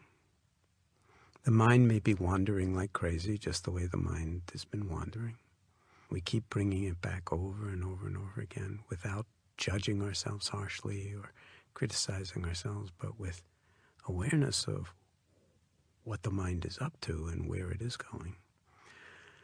But now we're holding the whole body in awareness, and it's actually breathing. So feeling the full universe of sensations associated with the body lying here or sitting here, being itself. Bathed by the air, drawing the air in, letting it come out, which is what we call breathing. But actually seeing if you can be in touch with, say, the envelope of your skin, which is also caressed by the air and in its own way also breathing. And just the sense, however it is, of your body, just as it is, whatever sensations are here, whether it's a sense of heaviness or a sense of lightness, a sense of tingling or throbbing or whatever is going on in the body. And of course, there are many, many different sensations in the body, and they come and go and flux and change. And just, again, remembering that what we're cultivating here is an awareness that can simply hold the whole of it. In this case, the body as a whole, sitting or lying down and breathing, moment by moment by moment.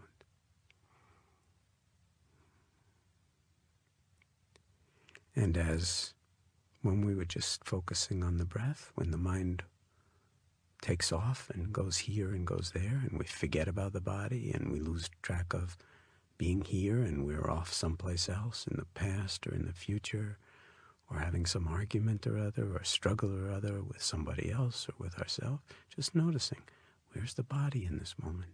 Where's the breath in this moment? Where's my mind in this moment? And just gently escorting it back to the belly, to the breath, to the skin, to the entirety of the body sitting or lying here, complete as it is in its wholeness, however it is. Whether the sensations in various parts of the body are pleasant or unpleasant, comfortable or uncomfortable, or so neutral you'd hardly notice. Seeing if you can hold it all in awareness, moment by moment by moment, without trying to make anything go away. We're not trying to relax. We're not trying to get anywhere. We're not trying to obliterate thought. We're simply resting in awareness with things exactly as they are and featuring the body as a whole. Breathing. Moment by moment by moment by moment by moment.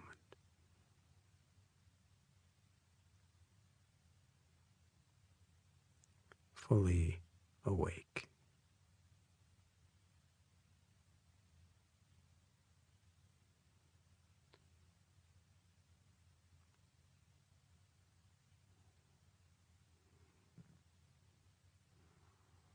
allowing the attention to be affectionate, kindly towards oneself, compassionate and accepting towards oneself.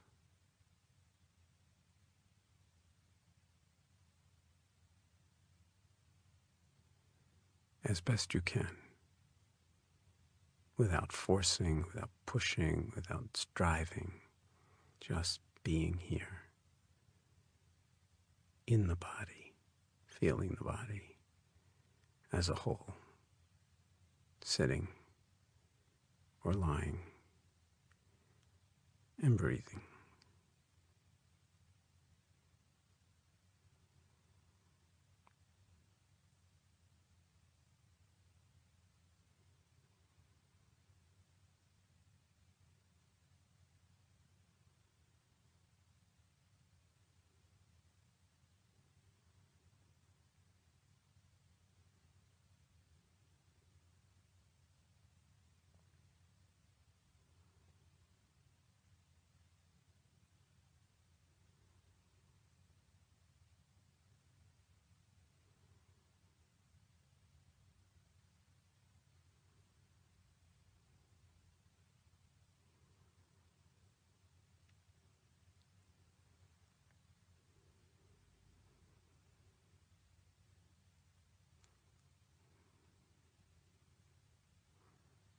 As best you can, noticing that each in-breath is a new beginning.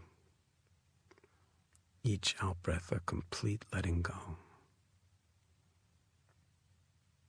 So that we stay fresh, fully awake to the timeless present. That is what we mean when we say now. When we inhabit the now. A veritable stepping out of clock time into your life, into this moment, into things exactly as they already are, into clarity and acceptance and awareness.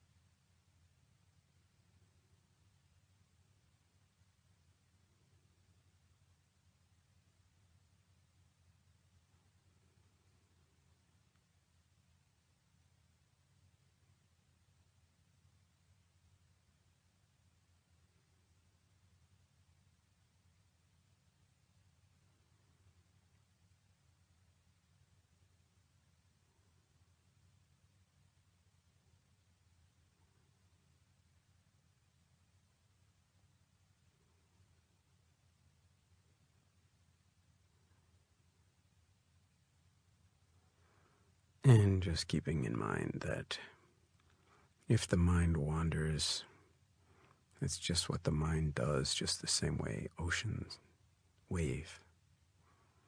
There's nothing wrong with your mind for wandering. You're not a bad meditator because your mind is wandering. You're not trying to suppress the wandering of the mind. You're just holding it in awareness, noticing what's on your mind when it goes off, and then gently, lovingly bringing it back over and over and over and over and over again.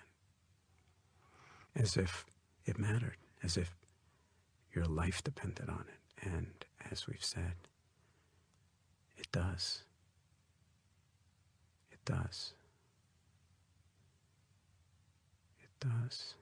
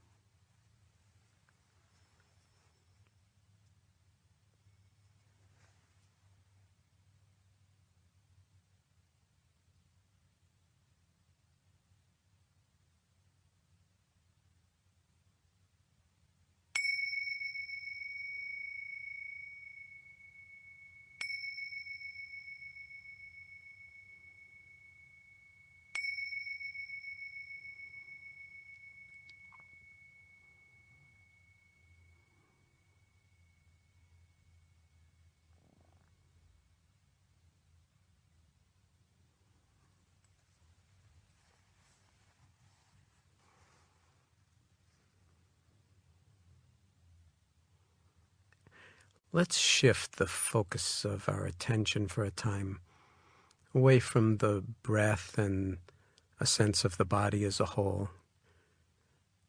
Of course, we're still going to be breathing and we're still going to have a body, so it's not that we're abandoning the breath or the body. But let's feature center stage in the field of awareness sound. This whole domain, this whole sensory domain, where the world, courtesy of the air, by the way, is making its way to our ears. And just hearing what's here to be heard. Not going out and actually seeking for sound, listening really hard, striving to hear, but simply letting sounds arrive at your door,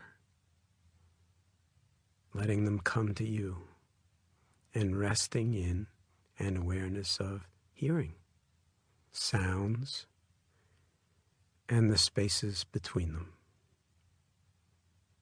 and the silence inside, you might say, and underneath all sound, as we sit here, as we lie here, still breathing, still in our bodies, so to speak, but now we're featuring the domain of hearing and letting everything else be in the wings, and bringing the same quality of attention moment by moment by moment to the hearing that we brought to the whole eating of the raisin, and then to the breath and the body. Moment by moment by moment, giving ourselves over, you could say, to the soundscape.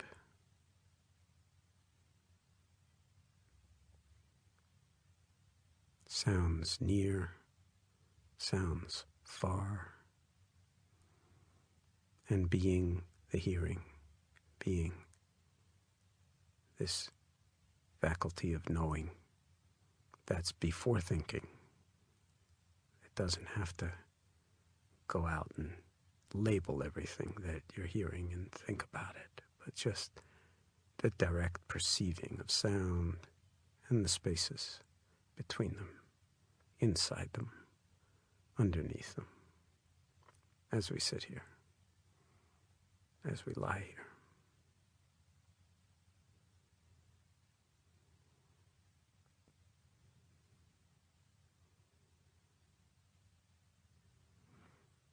Bathing in the soundscape such as it is.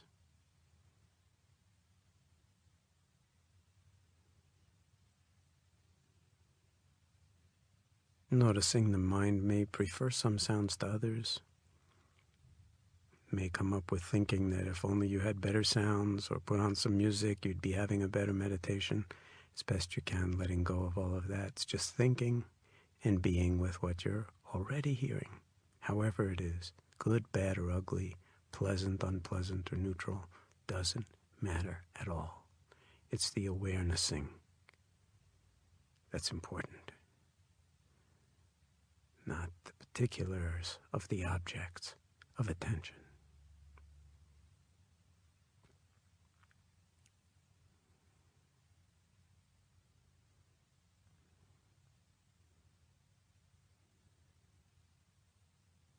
And perhaps even marveling at this amazing sense that we have that allows us to hear and therefore know anything at all in the domain of sound and the spaces between them.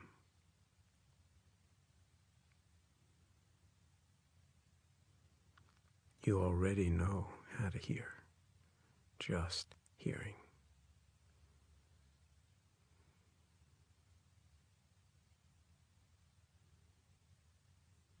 And being the knowing.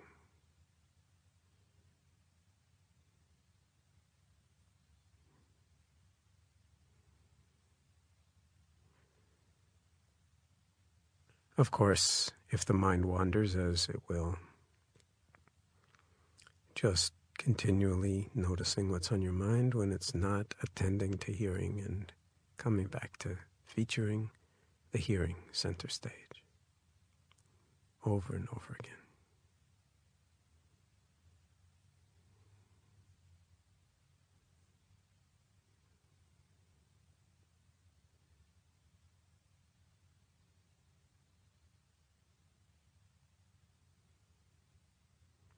Hearing not just with the ears maybe, but with the whole of your body, with your bones, with your skin.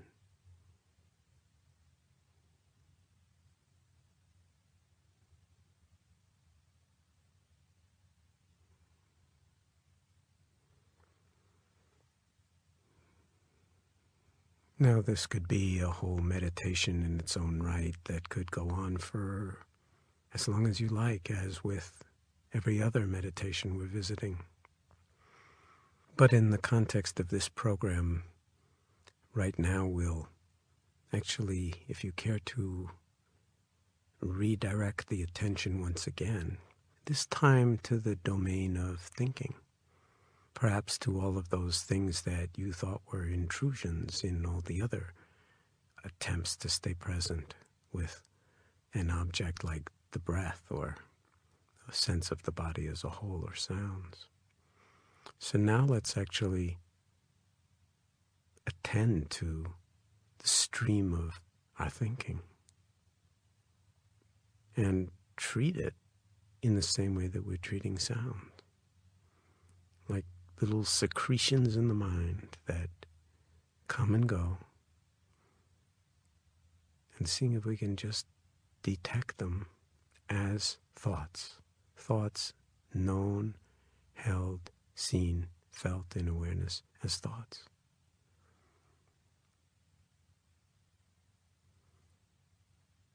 It could be thoughts about anything, thoughts about the past, thoughts about the future, thoughts about why you're not finding many thoughts as you're looking for thoughts. But the point is not to look for thoughts, to just be aware of them if and when they come by. So the thought of not being able to find a thought is a thought. And you may notice that as you sit here or lie here, watching your thoughts, that they tend to have an emotional charge or valence associated with them. So some are very pleasant thoughts. Some may be very anxiety-producing thoughts, or depressing kinds of thoughts, or frightening kinds of thoughts. And here we're treating all thoughts as equal, and about as interesting, actually, as what you had for dinner 3 or 4 nights ago. So we're not particularly interested in the content, although awareness can know the content, but we're not being sucked into the content or the emotion, but to simply be aware of thoughts as events in the field of awareness, as if they were bubbles coming off the bottom of a pot of boiling water, or bubbles in a stream, or an image that Tibetans like to use, writing on water. They come, they go. If we don't feed them, if we don't pursue them, if we don't reject them. So resting here in awareness of thinking and of any emotions that come through,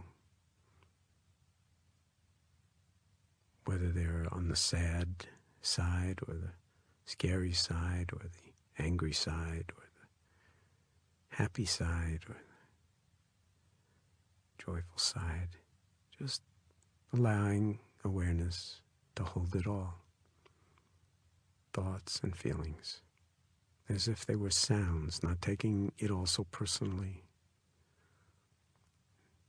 Noticing how often they want to pull us into the past or obsess about the future, planning, worrying, and just being the knowing, resting in awareness as the thoughts and emotions come and go like waves dancing on the sea, or like writing on water, or like soap bubbles that when we touch them with awareness, no matter what their charge, no matter how much they've plagued us in the past, tend to go poof, just like soap bubble. Puff. Being the knowing, not caught in thought.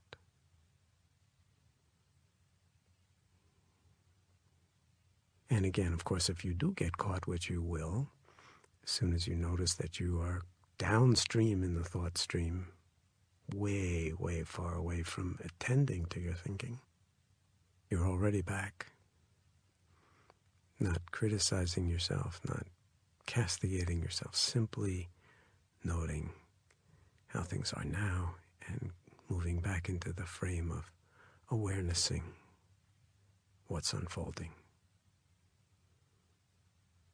in the mind, in the heart, in this moment.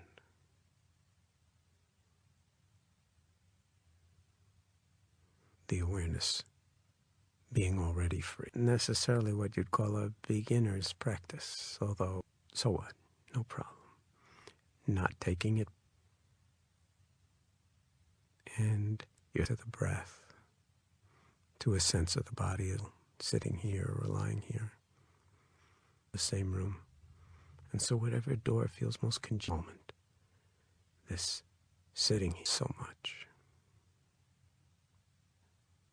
Knowing, feeling, right here, right now.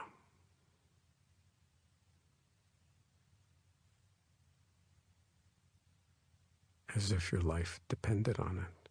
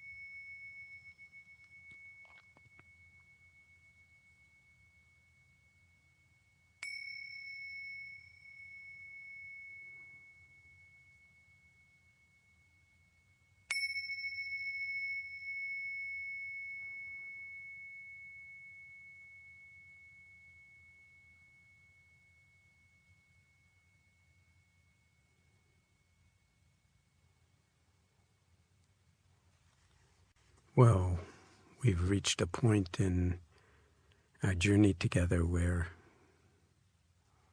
we've cultivated this quality we've been calling mindfulness, or open-hearted, spacious awareness, and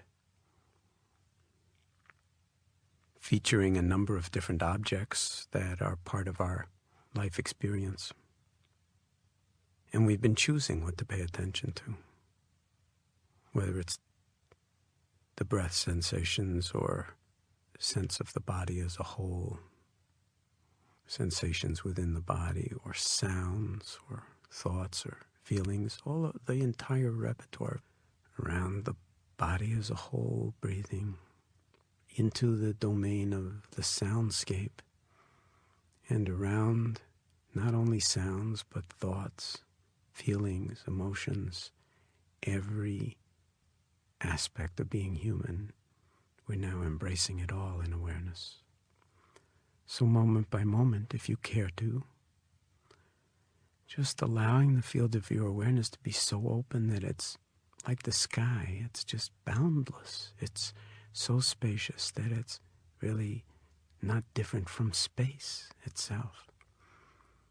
And this quality of awareness is actually native to the mind, that the mind's natural state, if you will, true nature is boundless and knowing and also spacious in the sense that it can hold anything. It doesn't take up room by itself.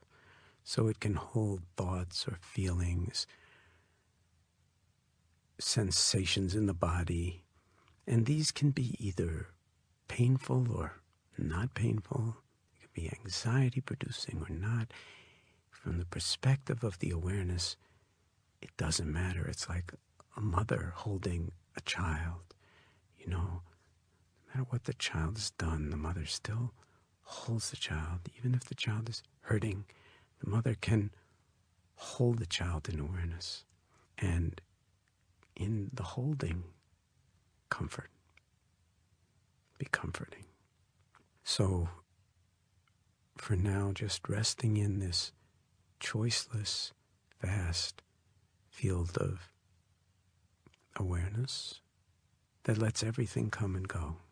Whatever arises in the present moment becomes the transient object of our knowing, of our attending, as best we can, not being carried away by anything, or if we are, just coming back into the spaciousness, moment by moment by moment, as we sit here or lie here, being the knowing, being the spaciousness, and not taking anything personally when it's truly not personal.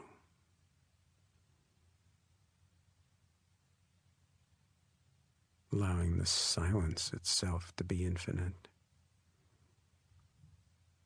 the stillness to be enduring. When thoughts come, we just, like a mirror with whatever's coming in front of it, just knowing whatever's coming. So if it's thoughts, then thoughts. If they're about the future, then we see that it's about the future. If they're about the past, we see that. If they're greedy, we see they're greedy. If they're angry, we see they're angry. If they're deluded, the awareness sees the delusion and just doesn't have to do anything, doesn't have to make anything happen, just sees. And in the seeing, again, it's as if, the touching of the thoughts and awareness, what the Tibetans call it is they self-liberate. They just don't go anywhere if we don't feed them. We just compassionately touch them in awareness. And the awareness touches them all by itself, so you don't need to do anything. There's no doing here. Just resting in choiceless awareness, moment by moment by moment. And reestablishing it if you get lost or carried away, which, of course, you're bound to do. In some traditions, this is called the method of no method. There's really no method here. There's nothing to do, no place to go, no instructions even to follow. It's not a technique. It's just being aware, being awake.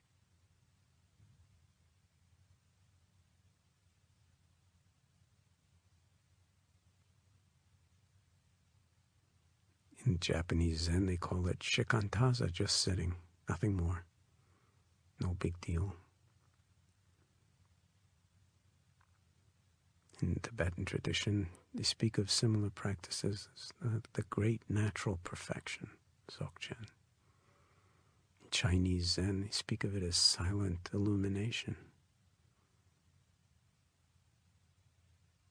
It's available at all moments and also takes a lifetime of training.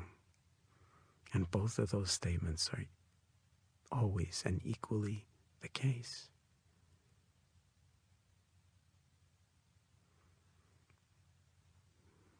So it's not an advanced practice, it's just practice. If it's congenial, just being here.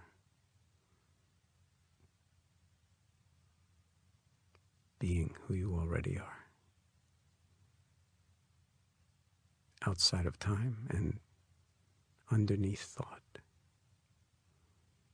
like an empty mirror, reflecting, as we said, whatever comes, and not clinging to it so that when it comes, it comes. When it goes, it goes. And we stay in the receptive, empty, spacious, knowing quality of awareness.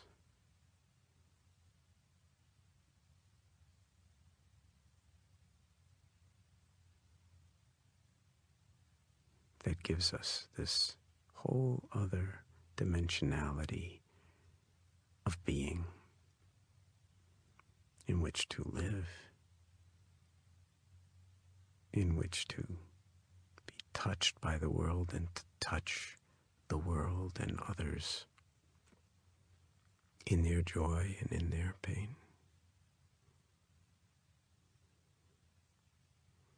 In which to come to our senses, all of them, in which to wake up to the actuality of who we are. And as the Navajo like to say,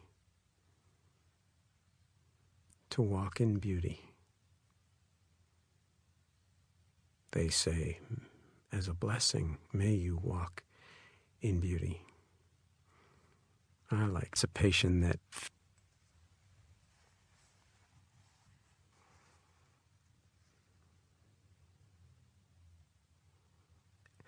let's shift the focus of our attention for a time away from the breath and a sense of the body as a whole.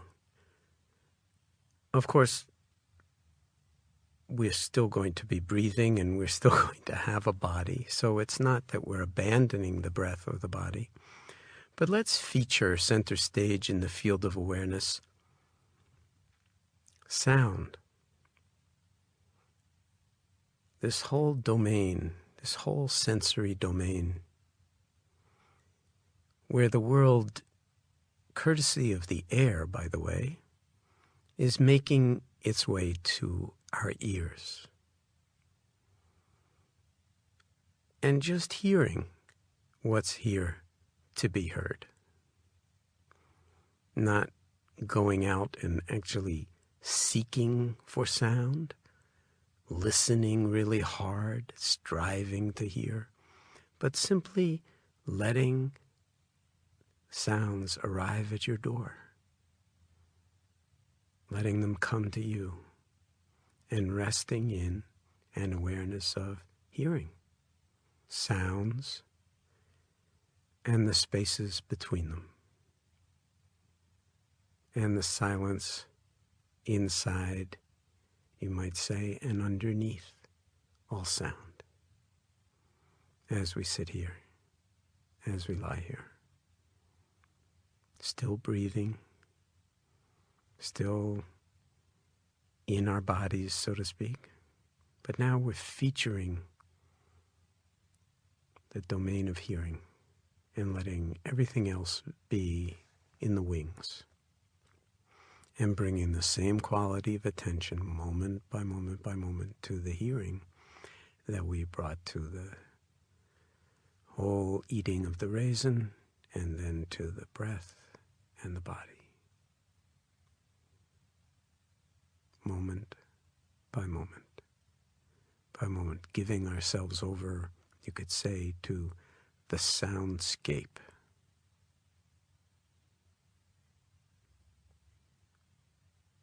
Sounds near, sounds far, and being the hearing, being this faculty of knowing that's before thinking. It doesn't have to go out and label everything that you're hearing and think about it, but just the direct perceiving of sound and the spaces between them, inside them, underneath them, as we sit here, as we lie here.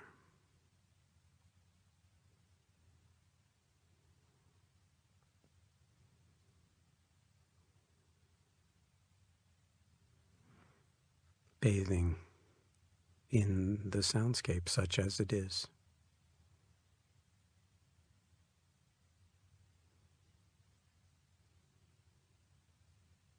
Noticing the mind may prefer some sounds to others, may come up with thinking that if only you had better sounds or put on some music, you'd be having a better meditation. It's best you can letting go of all of that. It's just thinking and being with what you're already hearing, however it is, good, bad, or ugly, pleasant, unpleasant, or neutral, doesn't matter at all. It's the awarenessing that's important, not the particulars of the objects of attention.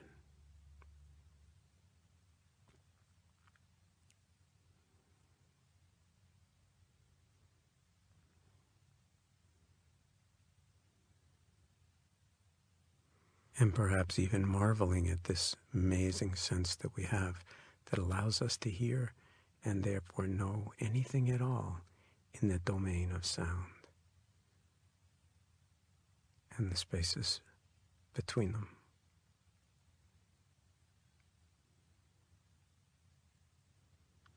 You already know how to hear, just hearing.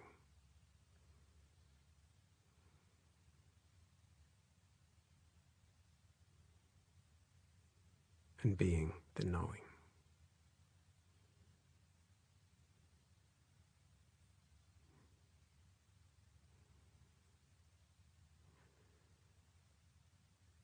Of course, if the mind wanders, as it will,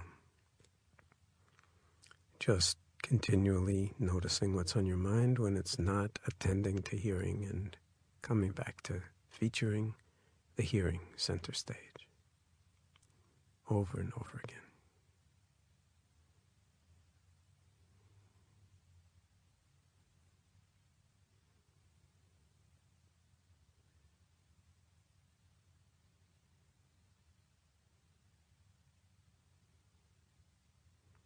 Hearing not just with the ears maybe, but with the whole of your body, with your bones, with your skin.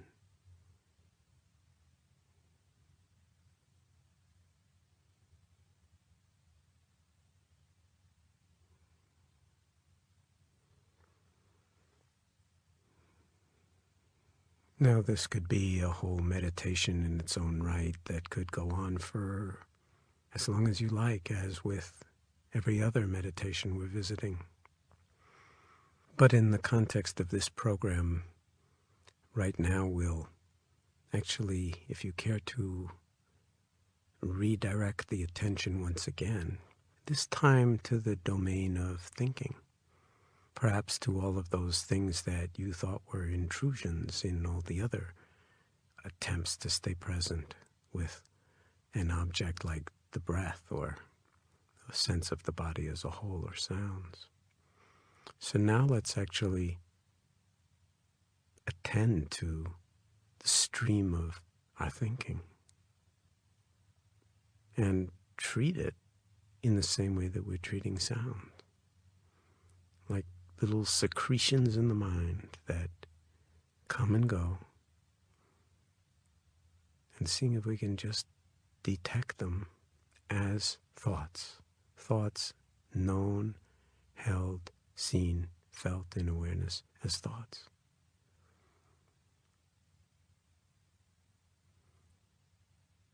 It could be thoughts about anything, thoughts about the past, thoughts about the future, thoughts about why you're not finding many thoughts as you're looking for thoughts.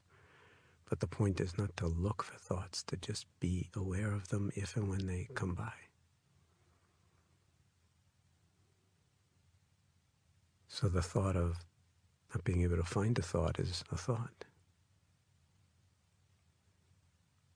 And you may notice that as you sit here or lie here, watching your thoughts, that they tend to have an emotional charge or valence associated with them. So some are very pleasant thoughts. Some may be very anxiety-producing thoughts, or depressing kinds of thoughts, or frightening kinds of thoughts. And here we're treating all thoughts as equal. and about as interesting, actually, as what you had for dinner 3 or 4 nights ago. So we're not particularly interested in the content, although awareness can know the content, but we're not being sucked into the content or the emotion, but to simply be aware of thoughts as events in the field of awareness, as if they were bubbles coming off the bottom of a pot of boiling water, or bubbles in a stream, or an image that Tibetans like to use, writing on water. They come, they go. If we don't feed them, if we don't pursue them, if we don't reject them. So resting here in awareness of thinking and of any emotions that come through, whether they're on the sad side or the scary side or the angry side or the happy side or the joyful side, just allowing awareness to hold it all, thoughts and feelings, as if they were sounds, not taking it all so personally, noticing how often they want to pull us into the past or obsess about the future, planning, worrying, and just being the knowing, resting in awareness as the thoughts and emotions come and go like waves dancing on the sea, or like writing on water, or like soap bubbles that when we touch them with awareness, no matter what their charge, no matter how much they've plagued us in the past, tend to go poof, just like soap bubble, puff. Being the knowing, not caught in thought.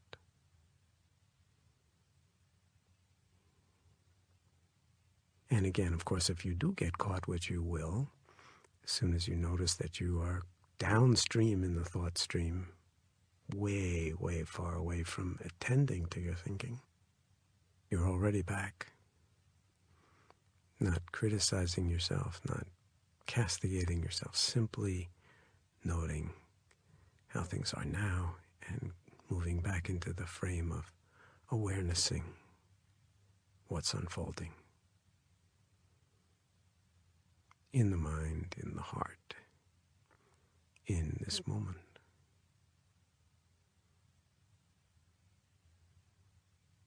The awareness being already free.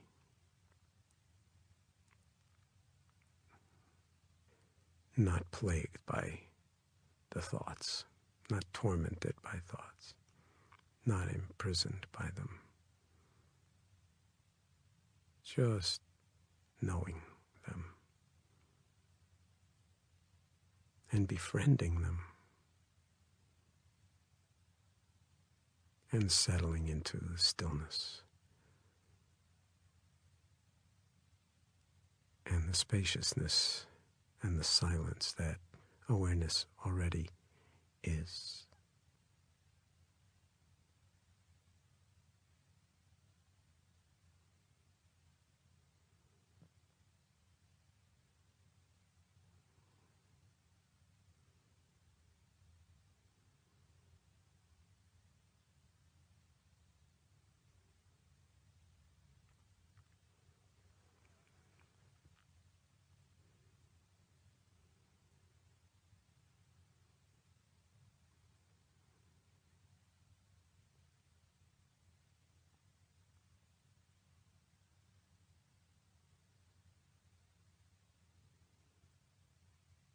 This is a hard practice.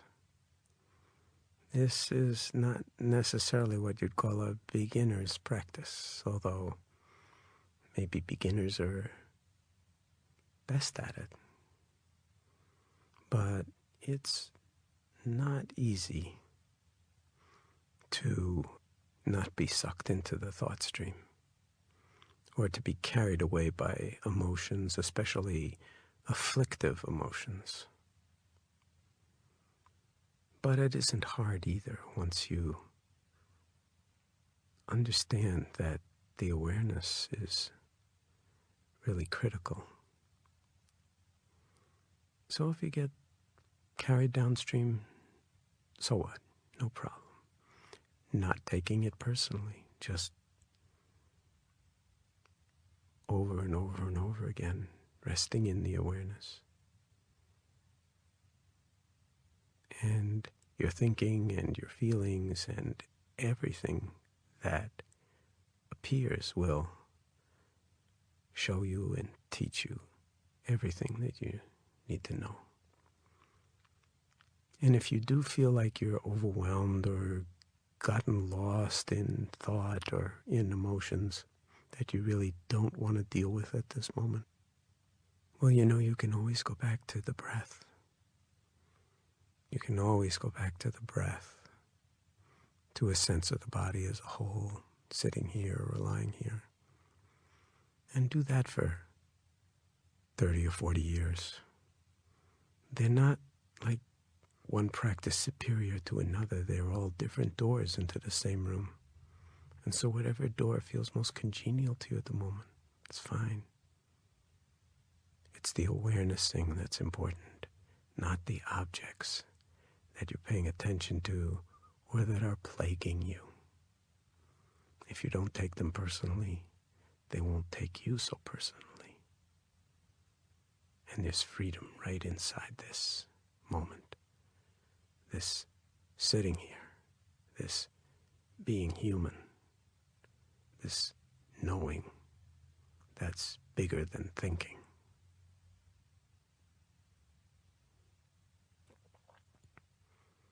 This befriending of the mind and the heart as they are. This befriending of silence and stillness that are so native to our experience as human beings and also so foreign because we ignore them so much.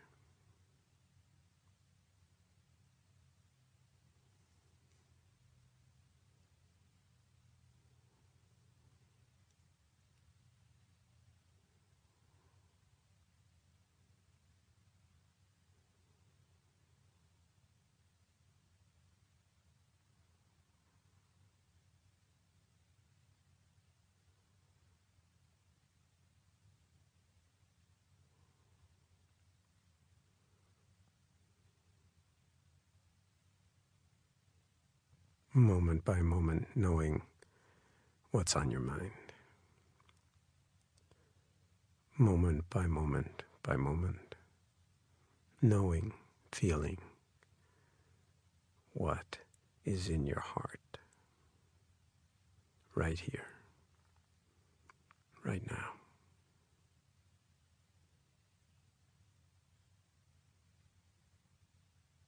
As if your life depended on it.